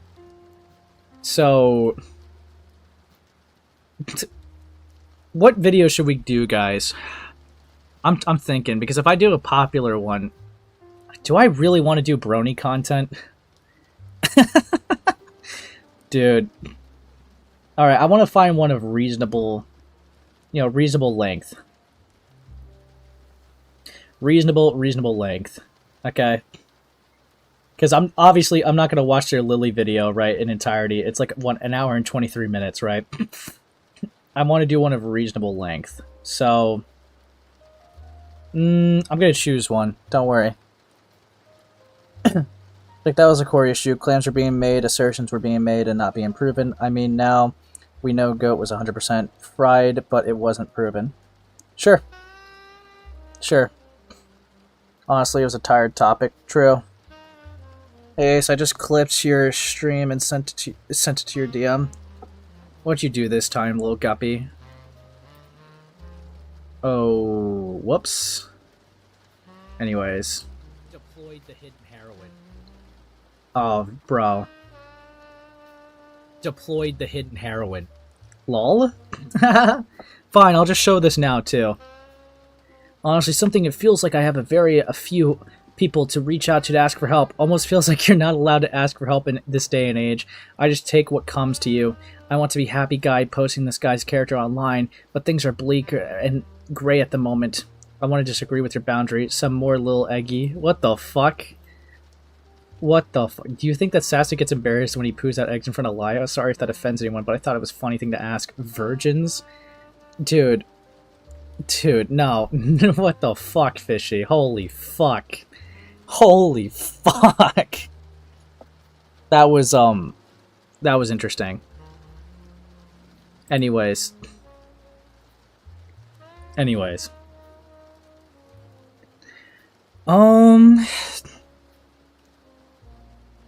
Yeah, you know what? Because if you reach the goal again, we'll do another one of these. I want to do one of reasonable size, right? I'll try to find one between 10 to 20 minutes. And I know nothing about this brony lore. You know what? You know what? Fuck me. Let's just choose their most popular. Let's make it easy on ourselves. Okay. Pause. Pause. Alright. Let's do it. Slurp, thanks for the 5, Axis. Thanks for the 5. Let's... Fuck me. And yeah, I know you got blocked, Fishy. I know you got blocked, cooked. Alright. I'm gonna speed it up just a little bit because I don't trust their slow speaking. Alright, let's do this.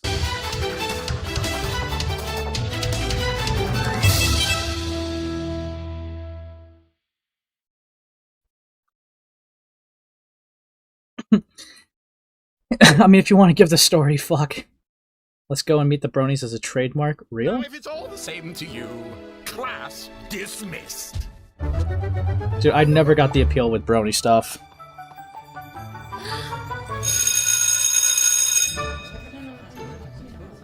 Dude, I'm getting my bag of chips for this one. Fuck. This isn't the right video to do. I'm just saying it now. Dog, I'm picking a random one, dude. We could do more of these if you reach the donor bum one. Fucking hell. Let's do it. No, I know it's a skit. That's why it's a derail. Someone needs to stop locking these doors.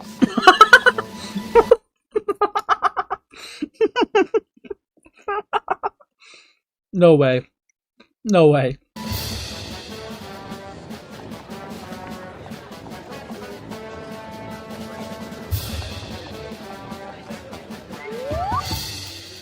I don't see him. Are you sure he's supposed to be here? Yes, maybe I was told things by people. And you'll trust... Dude. Why is this so high quality, though, low-key? What the fuck is this? Yen, you could hop on and find out with me. Okay, but fuck me. some obscure random things you heard in the hallway. I hate you. Huh? Do you know how much trouble I had to go through to get the marching band here? We're charging you by the hour. Fine, I'll figure it out. Bro. Never mind. Ow! Who throws a flashlight? Ugh, let's just do this already. Bro. I refuse to believe this is real. This can't be... Dude. Special thanks to everyone who worked on this and all the support I received working on this. I hope my heart is in the right place. This took a total of 10 months, much hard work, and a lot of people. I hope enjoy all of you. Yeah. I mean, it's animated pretty well. It's just... I'm just amazed. To be honest. I'm just kind of fucking amazed. But, yeah, let's go back into the skit. Let's really enjoy the skit for what it is. Alright, here goes nothing. So listen very carefully, every pony. Stop. And let me Don't tell me they're gonna why. sing. Just don't tell me they're gonna sing. Mr. John Delancey is a really awesome guy. Stop! They're singing, Well, first, no! he's been on TV in a lot of super shows. In Star Trek, he was Q, in case you didn't know. His naughty sci-fi antics is laugh until we bust. Especially the time someone kicked him in the... Dude, shut up! Oh, well, how about his work from Alien Voices? It's okay. But Delancey... Yeah, watch this awesome singing with me. Dog. I'm just kind of mind blown right now. I'm genuinely mind blown. All those copyright things, do you think that she got permission from, like, the studios to make something like this? But, criticism, that's too much. We'll strike that down. Dude. He also showed us stuff in other weird places. He cameoed in Family Guy, though there weren't many traces. Invader Zim and Johnny Quest and Batman Yes and Charmed. I hope his awesome pedigree will cause you no alarm.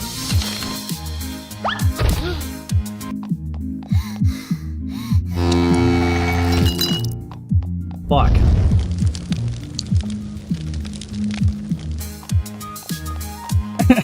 He teaches really well at Pony University. At least I think he does. In our Rich Pony Diversity. He likes us all to listen. His classes are a riot. And everyone is welcome, unless you are a pirate. Bro. This is so cursed, bro. He also has a lot of time for all his fanficons. He casts a magic spell on Chucky's doing them no wrong. To each and every brony, he's never fake or phony. Even with the weirder ones who watch My Little Pony. I'm sure it's worth the stress, though we're very oddly dressed, and together we undoubtedly look like a big old mess. Considering how strange you are, we're really rather blessed. But never mind, I'm rambling. Where was I? I digress. The last thing that I'll say without being too cliche, John will help a brony out at the end of any day. And he challenges expectations in an awesome way by partaking in our fandom, which has surely sent him gray. How is your voice so awful? It was never good to begin with.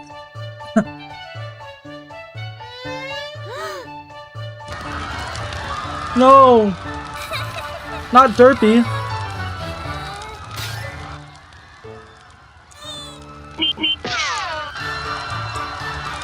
Dude, KP ran! Foreshadowing. That's all, folks.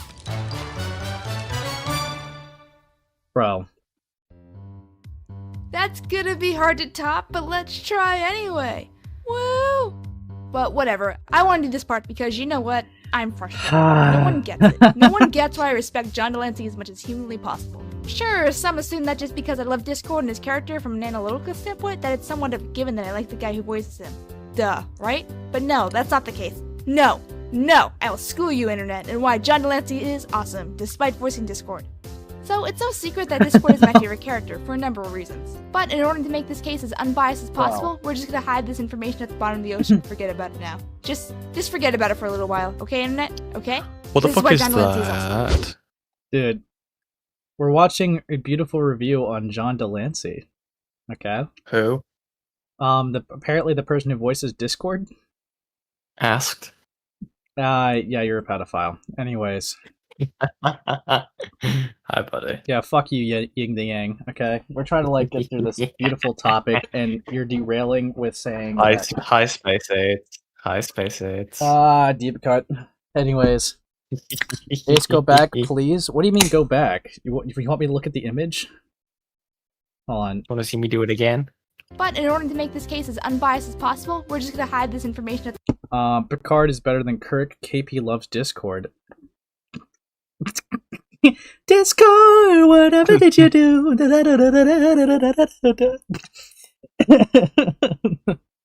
Dude, I'm clopping it so good. I'm clopping it so good right now. Thank you. That's me clopping, by the way.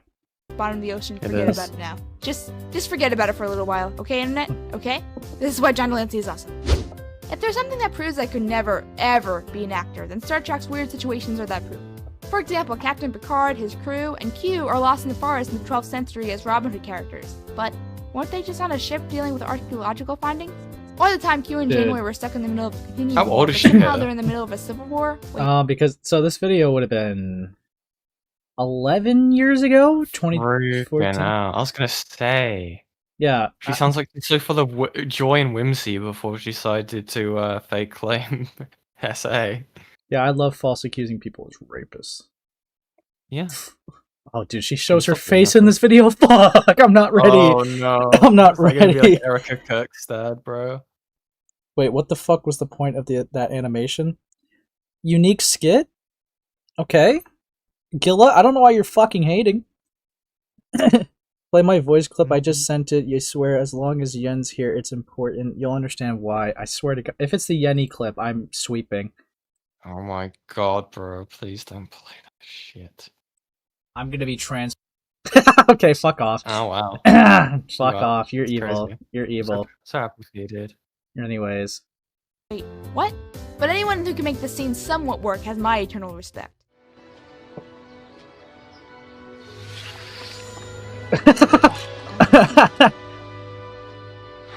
What was that? I was good, wasn't I? Yeah, and if you still need more proof, take a look at this clip I found. When John Delancey is discussing the timeline that he made the Brony doc on. The fuck is a brain? Let's say there's the, me looking at the computer, Mike coming over that night, him saying something about Ace, that's let's you on make the a bro, right? documentary, me Well. going, no way. Then meeting a bunch of bronies 2 weeks later, or for the 2 week period later. Well. Right somewhere in there, I did the second episode. What? What is this? Was I got a call from my agent saying that you have a job. And I read the material, it was very good. I went in, I knocked it off. What is he? And completely forgot about it. Fucking decrepit So, wizard let me get tower. this straight. Sorry. John Delancey went into his role with Well. little to no recollection of Discord's character, and gave a performance that made mostly everyone cry. How do you do these things that you do? I don't understand. This is literally just glazing Discord. This is Yeah, what's the video called? So this video is called "Let's Go and Meet John Delancey." That's not. Yeah, let's glaze. And also, if that wasn't enough, were you guys even paying attention to the song that I painstakingly sang a little while ago? Man, you kids these days. You can't even remember 5 minutes ago, I swear. And another thing, he's like everywhere doing not only interviews for conventions and junk, but spending a ridiculous amount of time participating in fan-targeted media. For example, do you know how many interviews he's done He's for just just cool. Brony Media alone? Like, a lot. I know. I had to watch most of them in preparation for this. There's a lot, and leave it at that. And then he did this nifty student film that I'm pretty sure he volunteered to do. Unless... John, did you even read this contract? It says you're gonna be paid in butter. That explains a lot. He What? also let the Brony Clubhouse Wait. in his house. Maybe to this is where this started. Her obsession with, like, wanting to be at these meet and greets, being at these conventions. It all started with this guy. It all started with Discord, Maybe. dude. This guy was the crippling domino effect of her horrible. So, I think we could pin this guy on being why Saberspark's being accused falsely of being a rapist. Okay, fuck you, John Delancey. You're the reason why. You did this. Yeah, 11 did years this. ago, by just existing, You did this. you're the reason why she had attention to You false caused accuse this. someone as a rapist. You're the cursed idol that she prays to. Fuck. do an interview. Who does that? Also, when Lio wrote to him when he was concerned about his conservative father, he means Lio's parents and personally walked them into the convention. Again, who does that? He also bribes people into his house to see the documentary, which I think is the funniest thing ever. What? In my own Lol. home, I've done this now 4 times. You get, in my house, you get the movie and a complimentary dinner. Bro. Also this. Did you try this on Saber? Come into my house, you get a complimentary movie, you get to watch my YouTube videos, and a nice £1 meal deal. Listen, Okay? Come listen. to my house, Saber. Listen here, Yunli. If you come into my house, I will serve you dinner if you give my Lumi Starbun video a view. I swear. Fuck. Do you think Saber, like, did Saber ever visit her house? If so, do you think it looked like the Baker household from, like, Resident Evil Biohazard? Just coming in there and it's just like, you eat it and you die. Just the most disgusting inhabitants you've ever seen. Maybe so. Actually, yeah, that's actually more accurate than I would, I'm joking about, because she doesn't, clean up after herself. Maybe there was like a bloody tampon on the dinner table. Brother. Fucking hell. Dude, what's your beef with this person? 2319! We got a 2319! What's this might beef for this person? I don't know. They're like, I don't know, they don't have beef with me, just my evil twin. Yeah, you're next on the striking list, buddy, okay? I salute to your streams. It's Blushes. gone. Puts my fingers together. To you. Whoopsie, haha, tickles, haha. Bro. A Space Saber did visit a KP and met her parents. Ah, poor I Saber. wonder what happens if you had like, add like horror ambience over this video. Yeah, I mean, if she's glazing, I'm gonna speed it up a little bit. Actually, wait, you're right. You're right, actually, hold on. Horror ambiance. Okay. Yeah. Dude.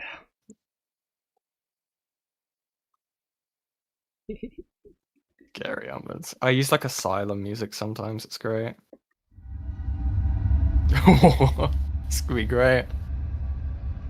Are you having a good time? Yeah. Great job. Good. I love your outfit. Holy fuck, it's being gay. Hold on. Sorry. Oh shit. There we go. Let's turn this up a little bit. Happen. You just happened to walk off the street, right? Yeah. Wow, he's like out of Makes me seem like he's a murderer. Well, enjoy yourself. Okay. Thank you very much. I would have been totally cool in that situation. Oh, this is gonna be fun. Stop! Oh no. Now hit it! They're a bunch of 20-year-old guys who are watching a show made for 8-year-old girls. Well, they're gay. Why do they put their spin on you? Because they like my high heels. What is Discord's backstory?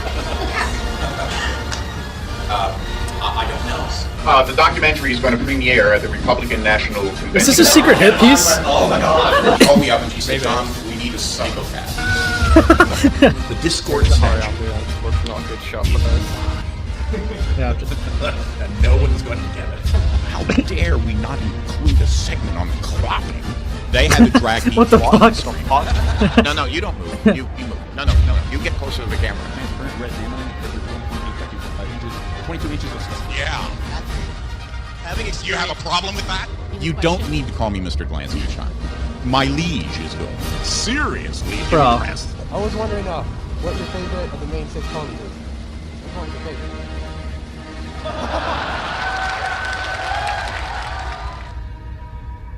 Always like to keep my audience riveted. But you know what? Those aren't even the best examples. The story I found is. I went to Toronto Comic Con at, I believe, the end of March.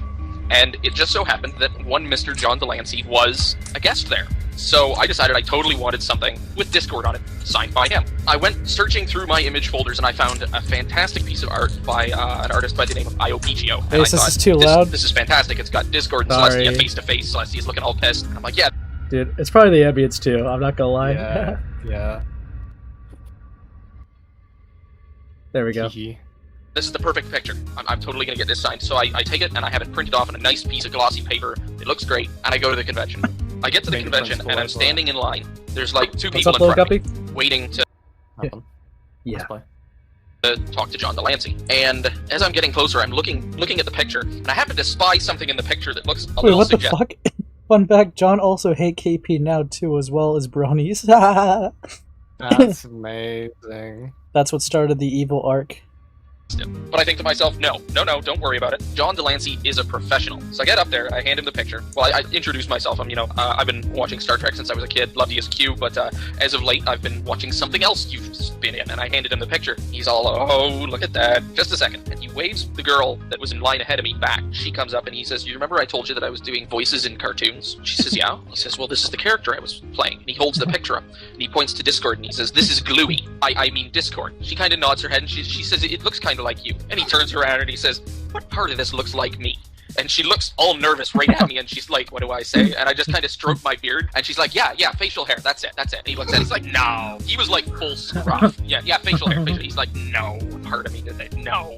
She walks away, and he's like, he puts the picture down on the table, and he grabs his pen, and he's like, so you want me to sign this? And I said, yes. He's like, okay. Puts the pen, he's just about to touch the paper, and he lifts it away from the paper, and puts it down, and picks it up, and says, what is that? And hand to forehead, I'm just like, oh my god. He's like, what is this? And I'm like, it's not what you think. And he's like, well, it kind of looks like. And I'm like, I know what it looks like. It's his tail wrapping around behind Celestia and coming up in front. And he's like, really? I'm like, yes, really. He's like, I don't know. I wonder if anybody else sees this. So he turns to his left, where one Miss Nicole DeBoers is sitting. Nicole DeBoers being the actress that played Ezri Dax in Deep Space Nine. And he says, Nikki, come here. She stands up, walks towards his table. He's like, look at this. And she looks at it, and it doesn't even take her a split second. She's like, oh my god, what is that? And I am just right at this point. And John's chuckling. And he's like, yeah. And he says, we were discussing earlier about how apparently they modeled Discord after me, but I think this is the only part they got right. Nicole kind of gives him a, yeah, shut up kind of look. And she walks back to her table, and he's like, I think that's what this is. I'm like, that's not what it is. And he's like, let's check again. And he starts flagging down con staff. And he's like, look at this. This is the only part of Discord they modeled after me. The con staff are just like, half of them are laughing, and the other half are like mouth wide open, like, oh my god, what is he signing? He finally stops showing it to everyone that will stop for 10 seconds, and puts it down on the table, and all chuckling all the while, grabs his pen. He's like, where would you like me to sign? And I'm like, wherever the you want to. And he's like, okay. So he signed right on the top of the big blue peanut. So there you are, sir. You have now heard the story of getting John Delancey to sign a big blue penis. John Delancey is the biggest troll I've ever met. Okay, I get it. That was really funny, alright? You know, the thing with the wing, it was good, yeah. Good times, man. Good times. Bro. Wait, that happened just like 2 minutes ago. More like bad memories. 2 minutes? Seriously? But I think it's time to wrap up with the funny business and move on to something else. And I think this might be hard. I'll do my best. What are you doing? Well, this part... Did he pass away? This part, I think I need to open up about something. Like why I decided to take on this mammoth of a project. When this was released, I felt really disappointed. But I think I need to take a different approach to this and talk to someone else about it. Saber Spark. Hi, John. I'm Rachel, and I'm sure you're probably really confused about what you just saw. Even more so, depending on how you got it. But that was just me and my team's way of saying thank you. I know the documentary kind of got murky with the pirating looks human here. all the other issues, and I just... A little bit. I felt... Thank you for the 2. Ace, what on God's green earth is this, bro? This is the derail, okay? This is the paid derail. This is before she, like, ascended to Lichdom. Like, you can actually see, like, she's got color to her cheeks, dude. It's great. Yeah. Then like I had to do. It happened. Yeah. The incident. Yeah. Good guy, too. I liked him.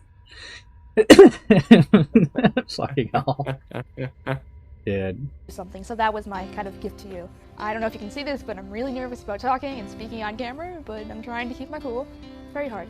I will say that without Discord, I probably would not have given the show a chance. And now that I've actually watched the show, I've built this big community of people and fans, and it's weird for me to think about, but at the same time, I really can't imagine my life without it. So I just wanted to thank you for kind of inadvertently giving me that gift, and that was probably part of the reason why I felt like I had to do this.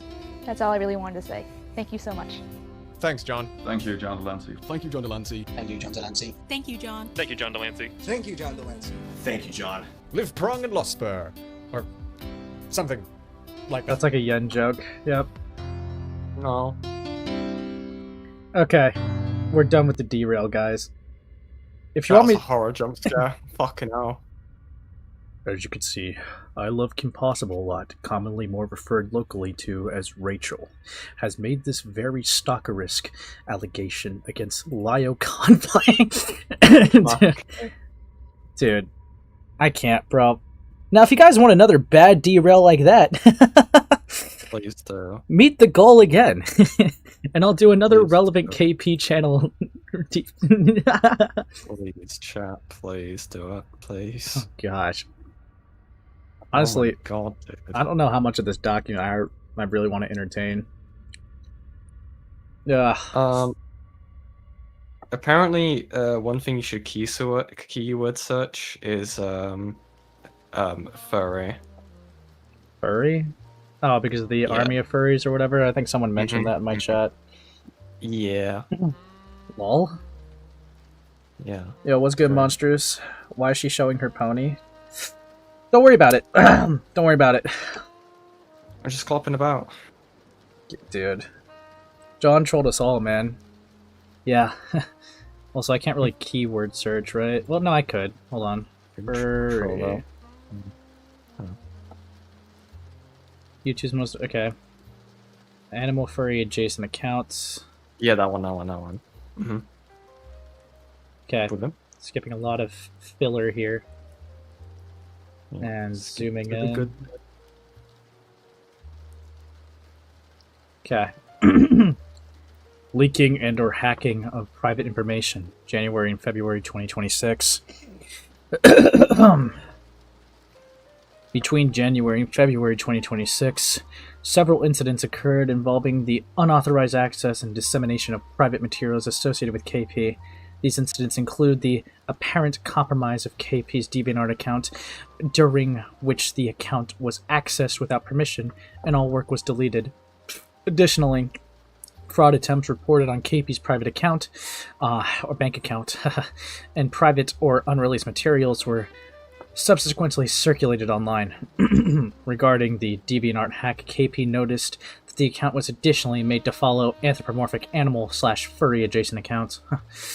While this is not a direct connection at present, it is important to clarify overlapping evidence and known public information that Lio has public association with these communities. Proof of unauthorized DeviantArt access below. What? So, do you get the implication here? Kinda. The fuck? KP is implying that Lio Convoy is in connection with Iranian furry hackers who hacked her DeviantArt. I don't know what to say to that. That's schizophrenic. Lio Convoy is friends with the IDF furry division, okay? Dude. Yeah, what the fuck? Oh, there's no way a screenshot of him fucking saying I'm Batman made it into the safety report. It did. It's great. Dog. Ugh, dog. No. These materials had not been released publicly by KP or the collaborating artists and were shared without consent. Yap. Yeah, okay. Additional commentary about the scope of work is incorrect, meaning that Lio has had limited access to the work and used incomplete information when describing it and sharing it publicly. Lio, how the fuck did you get access to the draft? I set the folder to private and she was the only person I shared the link with. I'm Batman. No, you're just a fucking dumbass! Do you think this will hold up in the court of law? Now, the implication here is that he's Bruce Wayne and he's got lots of money that he can spend on furry hackers. Yep. Dude. Yeah. Fucking safety document, bro. Dude. At the time of the incident. Dude, I can't... Dude. I think that... Dude, I just can't, bro. This is so stupid. This is so stupid, bro. I don't even really care about with Alex. Yeah, I'm gonna file a police report getting your due information to report you for bad thing. Lio, okay. Lol? Lol? This interaction is... okay. Yeah. They weren't exactly subtle, says KP. In a coping manner. Bro. She had to edit that comment meaning she spelled something wrong. Yeah. Thanks, Ivy. Thanks for pointing it out. Yeah, thanks for dunking on a woman taking an L. Yeah. I know what you fucking are. Dude. Why this is serious? Unauthorized access to personal accounts and the dissemination of private materials can pose significant risks, including violations of privacy or potential financial and identity-related concerns. Dog. Dude. You know what? I love how this also has a sad face. Why doesn't KP just go to the police? KP has already tried. Sad face. KP has had multiple attempts to pursue formal reporting, including reporting behavior related to information discussed in the Barbie report due to the legitimate safety concerns and to establish a formal paper trail. These incidents highlighted limitations within the U.S. legal framework. Responses reflected jurisdictional uncertainty, particularly given the online and cross-regional nature of the conduct. Procedural limitations in how to report could be processed rather than a clear pathway for action. Limited follow-up for escalation despite the nature of concerns presented. Eventual deprioritization within the system rather than the solution of the issue. Cope. This is Cope. Dude, oh my god. I can't... Dude. Is there anything else in this docket that's actually, important? I'm trying to think. Let me have a look real quick. I think there was one thing, but I'll have to have a quick look.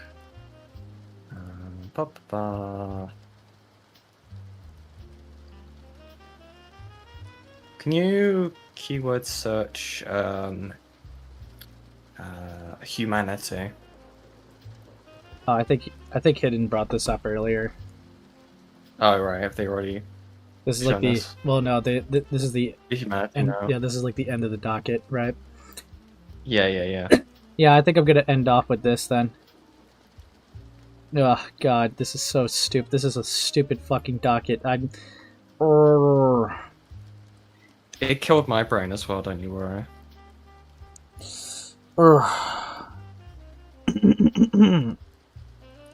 Public safety advisory regarding Lio Convoy.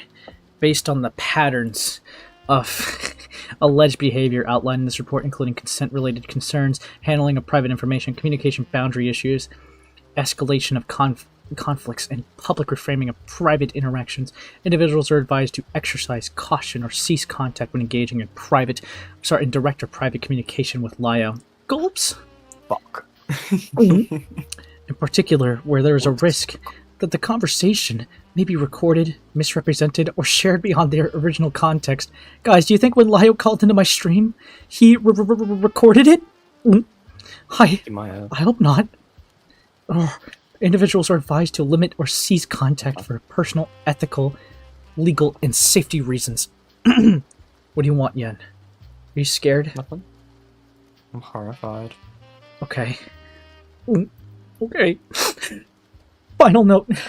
The documentation is provided for the purpose of transparency, record keeping, and clarification of events. The intent is to outline timelines, statements, and potential ethical or legal concerns based on available information. Readers are strongly advised not to harass, contact, or engage with any individuals mentioned in this report. Escalating conflict, speculation, or targeted harassment only worsens situations like this and does not contribute to resolving the underlying issues. If further questions arise, they should be addressed through appropriate channels, including legal or formal investigative process where relevant. The goal of this report is to clarify an accountability, not retaliation. Oh boy, a humanity note. Oh boy. Thank God. This report addresses legal, ethical, and procedural concerns only. Regardless of disagreements, misunderstandings of law, or differing interpretations of fair use in online conduct, this remains a difficult situation for Hidden and everyone else involved. This faggot. Yeah, readers and viewers are... Walk right off. Yeah. Readers and viewers are reminded again not to engage in harassment, bullying, or targeted discussion towards any individual mentioned in this report. This includes tagging, contacting, mocking, or encouraging others to confront or anyone contacted these events. The purpose of this documentation is awareness and clarification, not punishment for the public shaming. All individuals discussed are human beings navigating a complex and stressful situation, and they should be treated with basic dignity and respect. Thank you for your time and consideration. KP Fan server mods. Note the KP Fan public server will be closed for the current time. Please check social media when it reopens. If you have any additional information, submit new screenshots. Let staff know if archived videos are removed and or need to cite corrected to the above information. You can email the mod team, teamkpbackupextra@gmail.com. Am I still on her server? Probably not.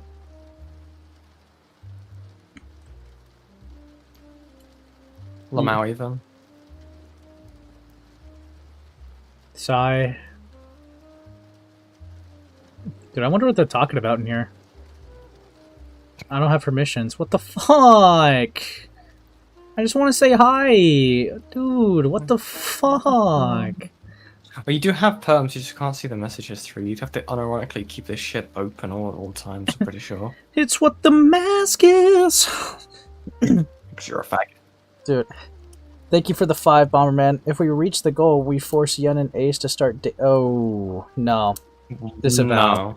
Disavow. Holy disavow. Holy disavowals. Christ. But you know what? I think... Wouldn't that be weird? Yeah, wouldn't that be weird? Fuck you, Ephraim. Anyways, Oh,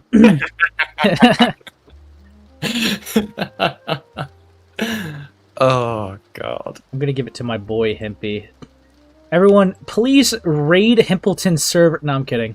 Everyone spam Himpleton's chat with poor Ace. I'm gonna call it a night. KP is a loser and a chud, and deserves to keep falling down. Yep, that's where I'm ending it. This safety report fucking sucks. And yeah, hopefully I don't have to talk about her again, because she fucking sucks, and she's fucking gay, and she's fucking cringe. And if this gets striked, she's... I almost went too far. Anyways, enjoy Hippleton.